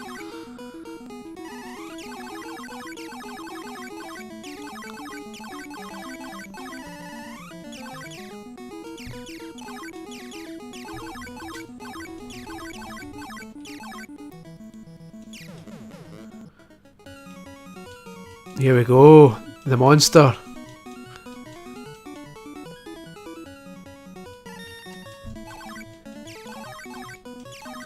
So yeah, Gradius slash, well, Gradius I suppose it is a kind of early, not too early, but like a early-ish example of side-scrolling shooters, obviously.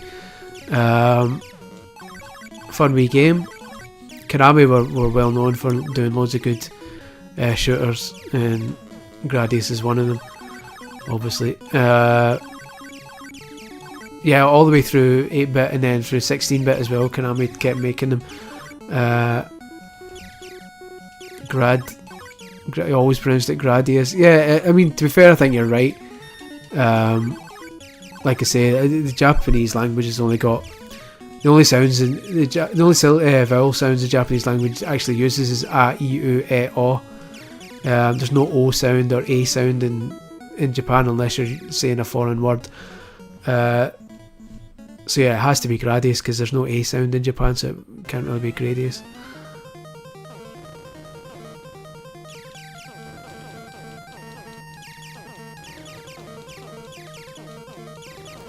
I've really got this bit. Always hated that bit.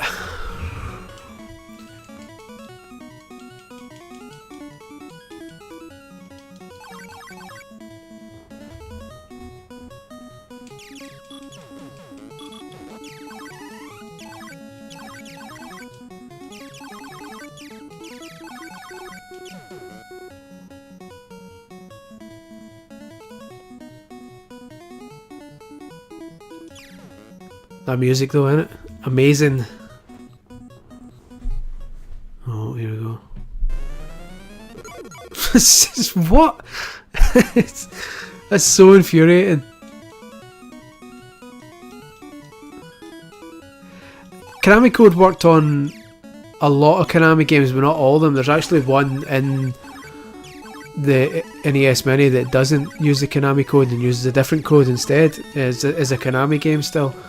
I'll show you that later, which was interesting. But yeah, most, I'd say 70%, just pulling that number off the top of my head, of Konami games use the Konami code in some way. I mean, that bit, I always hated that bit. It's just so cheap.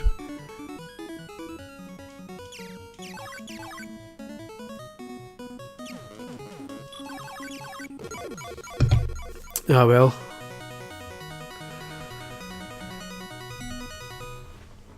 Right, let's keep going for a few minutes. I'm gonna do the code right away so I can power up.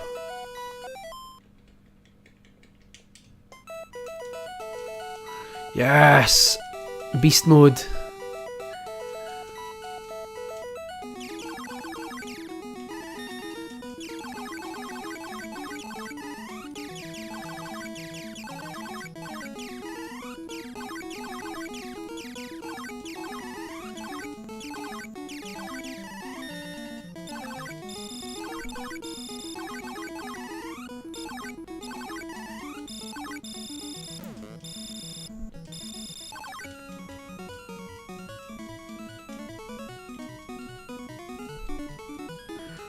I'm confident now. I'm confident about that stupid volcano bit.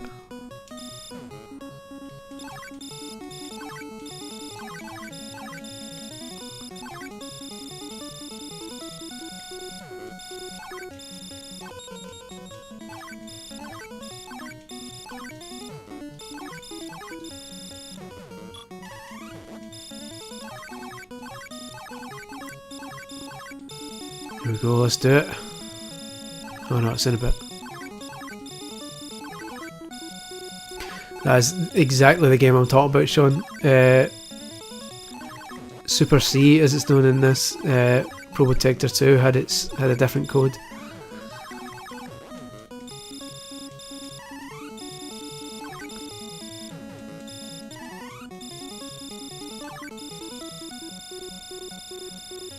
Right, here we go.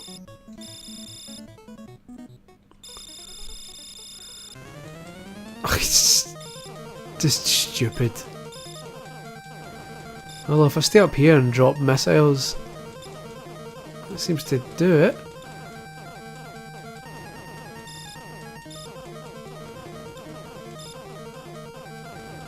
There must be something I'm missing here that I'm supposed to do.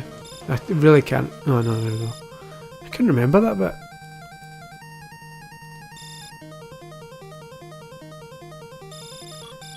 I remember it, I just couldn't remember whether you had to actually do something or just survive it, and it was, turns out you just had to survive it. Okay, this tube.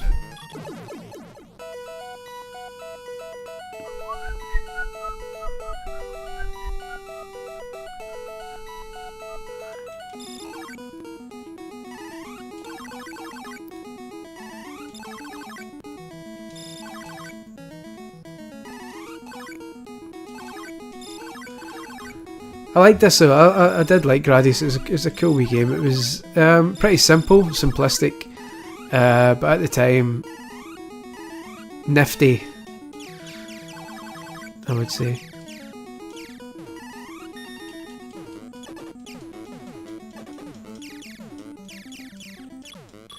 There's still, yeah, there are still some games that use codes. I mean, I'm pretty sure GTA 5 uses codes. That was always kind of one of the famous things about it. The GTA always had cheat codes you could put in. Yeah, I'm pretty sure. Right, Ice Climber. I was always really bad at Ice Climber, but let's see what we can do.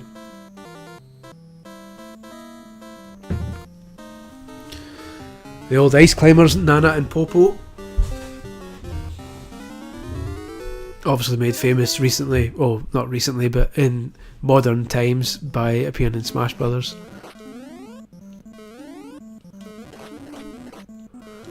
The basic aim is just to get to the top of the mountain, essentially. You've got this weird mallet. And a weird jump where you either jump straight up, you can jump and move really slightly, or do a full out long jump. Basically it's got a kind of weird jump mechanics.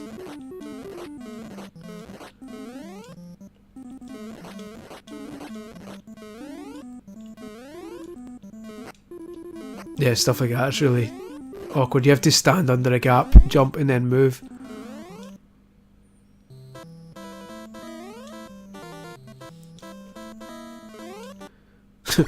Yeah, there we go.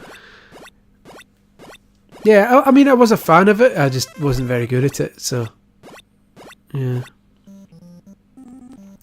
No, Pro Evo doesn't have cheat codes.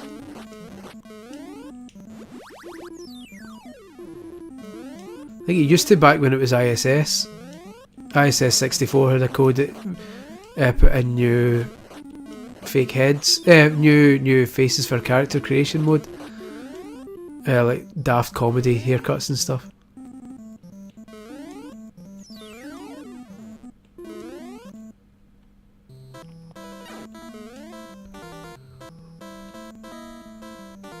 Tecmo Bowl.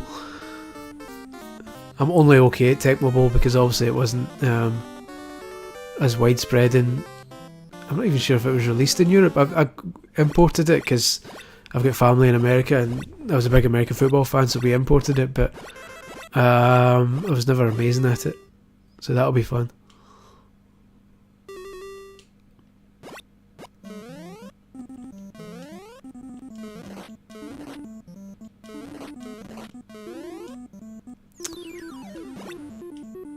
Yes, where it starts getting awkward. Deed.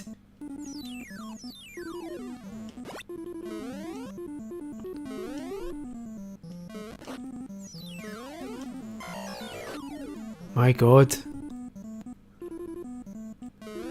Yeah, the difficulty curve in this rises fairly quickly.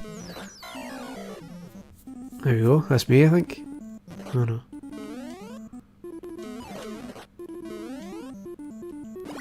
Here we go this time.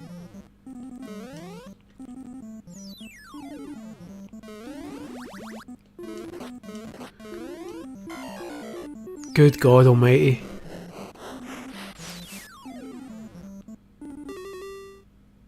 Right. Here we go. 3 minutes in and it's game over. Poor show.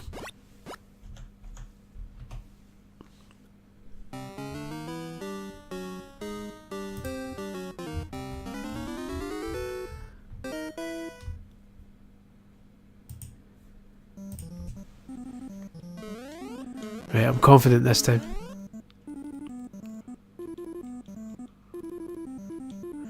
Yeah, the annoying thing is, like cheat codes... Essentially, cheat codes have almost been replaced by DLC now. You look at something like... even the game I enjoy, like Forza Horizon 3, there's like stuff locked on the map and all that, and you have to kind of discover it, or you can pay like £2 and just unlock everything that's on the map, so you don't have to explore. Or you've got games where, the WWE 2K games always have this DLC called an accelerator, where you can unlock everything and mess about with the stats and all that, but you have to pay for that. So cheat codes, one of the reasons cheat codes are dying out is that publishers would rather replace them with paid DLC. So yeah, it's almost like a pay to win type thing, pay to cheat.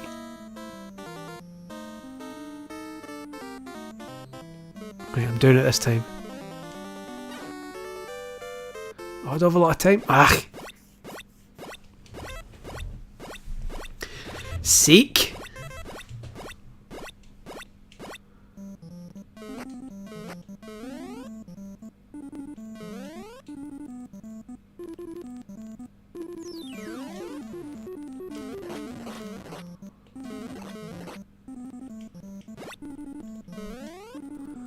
This level's an absolute swine, isn't it? It's like a massive raise in difficulty.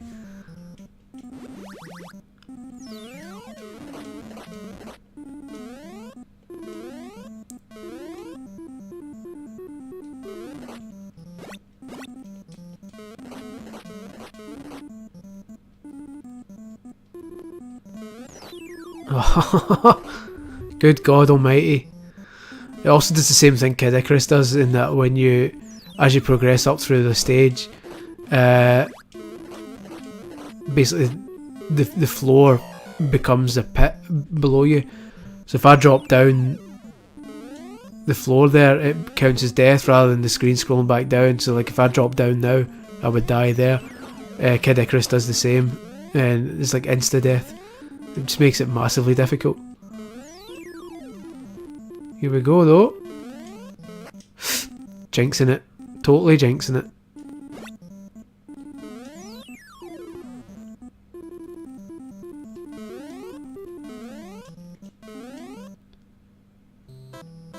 Ice Climbers is an interesting one, isn't it? Because like they never, other than bringing it back in Smash Brothers, they've never done anything with Smash Brothers ever again. It's like they released it and have now totally forgotten it, other than putting it in stuff like this and putting them in Smash Brothers. There'll never be another Ice Climbers game, I would imagine, unless they did something pretty drastic with it and made it like a Tomb Raider effort.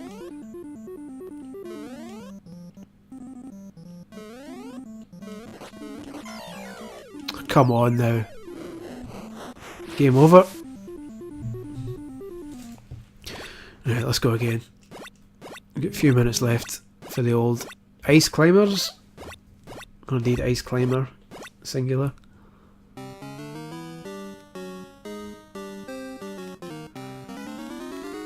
Right, my aim this time is to properly do the bonus stage. Let's do it, we can do this. Oh, it started me here again. I wasn't aware I'd continued, but okay.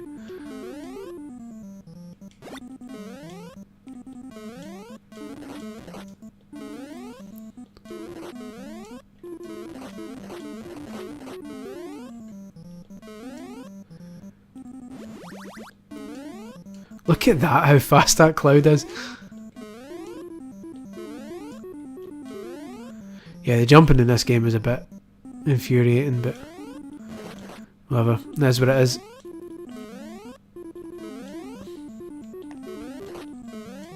Oh, and they fill them in again. Oh.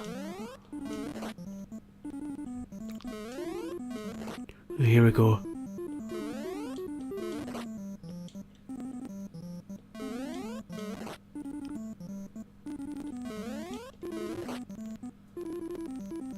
Fill that in, YouTube. Oh.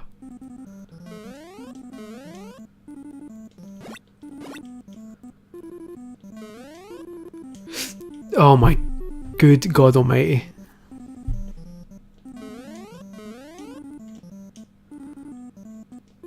Oh, I forgot these are conveyor belts. They don't look like it, but the platform above. So I'll move as soon as I land on it. Not that it matters, because I'm dead anyway.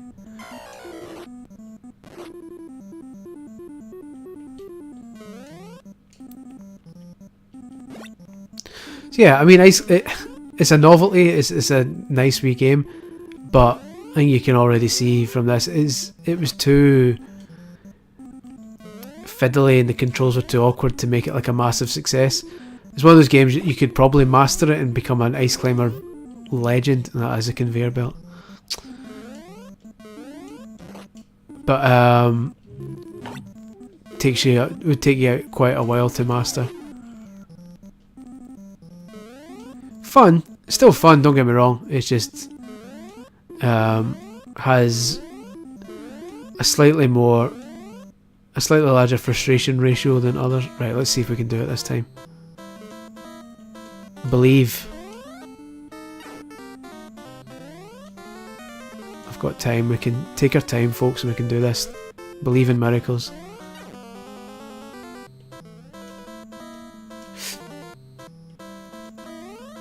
Oh, that's not enough. Right, we're done with ice climbers. Swines. Oh, here it is. Listen to this title screen music.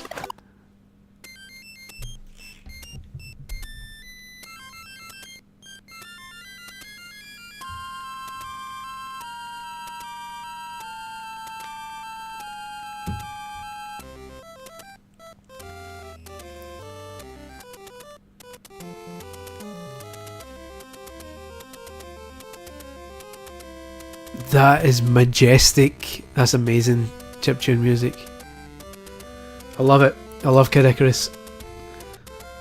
Still massively difficult to this day. I've played it a million times and still sometimes mess it up. Basically, your pit, that wee angel fella, and you've got to get up to the top of this enormous world to rescue Palutena from Medusa. And yeah, it's fun, but it's really difficult. Basically, like same with Ice Climber. As you progress up through the level, you're basically creating a pit, no pun intended, that's following you along the way.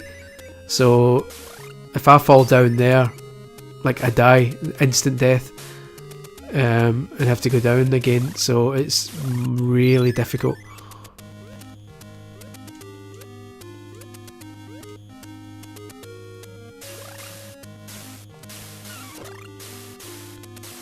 I mean, it's difficult anyway without that, but his jumps are just ever so slightly. He handles ever so slightly slidey as well.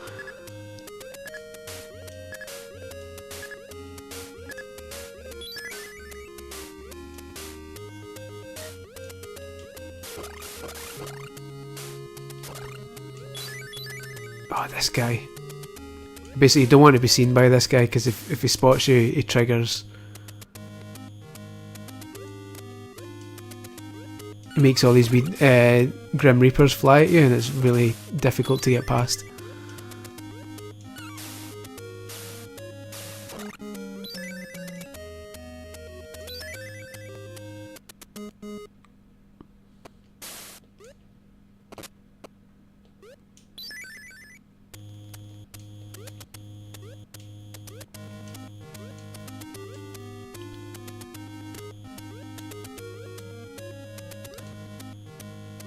So did anyone buy the 3DS?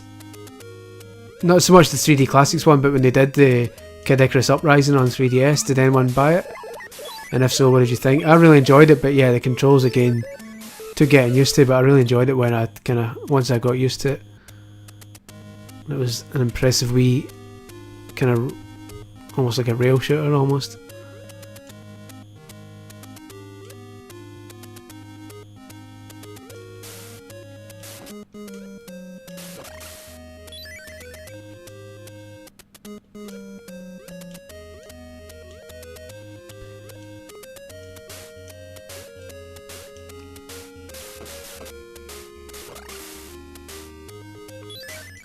There we go, is your first level done?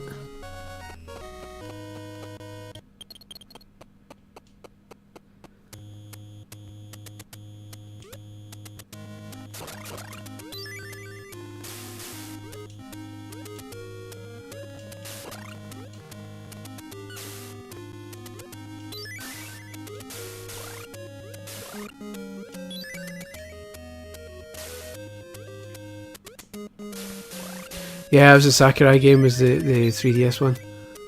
Uprising.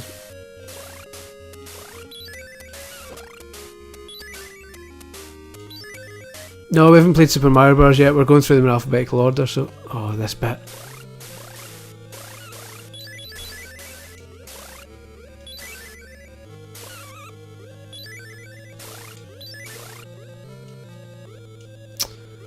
Swine, I can't reach that.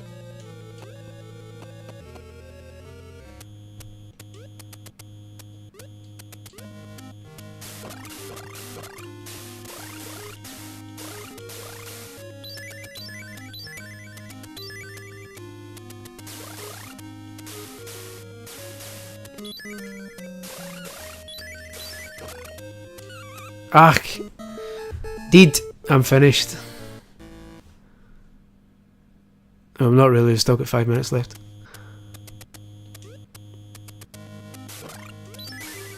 The stream seems to be, I was having issues with this last night as well. It seems to be getting a tiny bit jittery.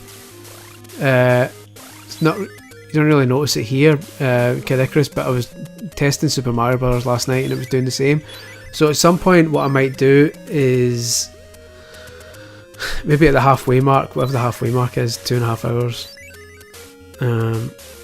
No, it's actually after this. What we'll do is, after Kid Icarus, let me quickly restart my PC because that seems to fix it for a few hours. For some reason, when the software I use to do streaming, after a couple of hours, starts to get a bit jerky and janky. And like I say, you can't really see it just now, but that's because this game doesn't scroll very fast. But you can just kind of make it out as it scrolls. See, it's starting to judder a bit. And I know it probably doesn't fuss too many people, but it's annoying me because I'm playing it. So after this, the stream will stop for like literally 2 minutes, and I'll be back. So don't go. Don't think there's been a mistake or anything. Like, I will literally be back very shortly to continue, and we'll make the time up later on. But it's just to kind of get it running smoothly again. It'll also be a nice kind of halfway point to stop the stream and stop the recording as well, so there'll be two separate parts to the stream as well. So we'll do that if that's okay. After Kid Icarus, will literally be a 2-minute break while I restart and get it all running smoothly again, and then we'll be back with the next game.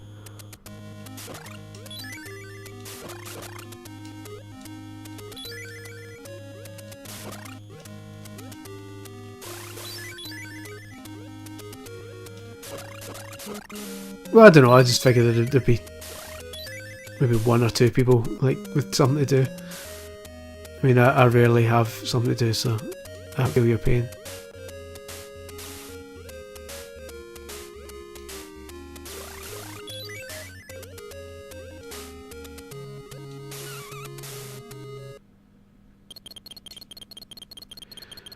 What do you say? I say I have no monies for any of your things.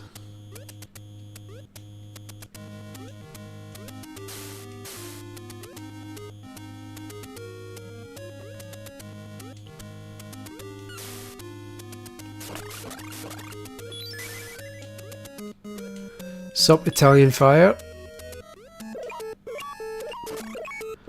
Ah, cheers, mate. Thank you. Yeah, I really do mean to kind of get back in it. It's one of those things that I don't know. It almost feels like, even though it isn't, even though the games are the kind of the thing, it feels like a performance. And sometimes I'm just tired after work and stuff, and I'd rather just chill out and play. But yeah, I do enjoy doing it. I'd like to do more, but I'm sure in the near future I will. Right, what I'll do, we're a minute away. Let me stop the stream just now, and it'll be back in like literally 1 minute once I restart and basically kind of clear it, give it a wee reboot and a refreshing up, and we'll be back in 1 second, well, literally 60 seconds with Kirby's Adventure. So you can see that when it's moving now, it's scrolling is really kind of janky. So yeah, bear with me, stick around, don't go anywhere, and the stream's going to stop just now, but it'll be back in literally 60 seconds. Stick around, cheers.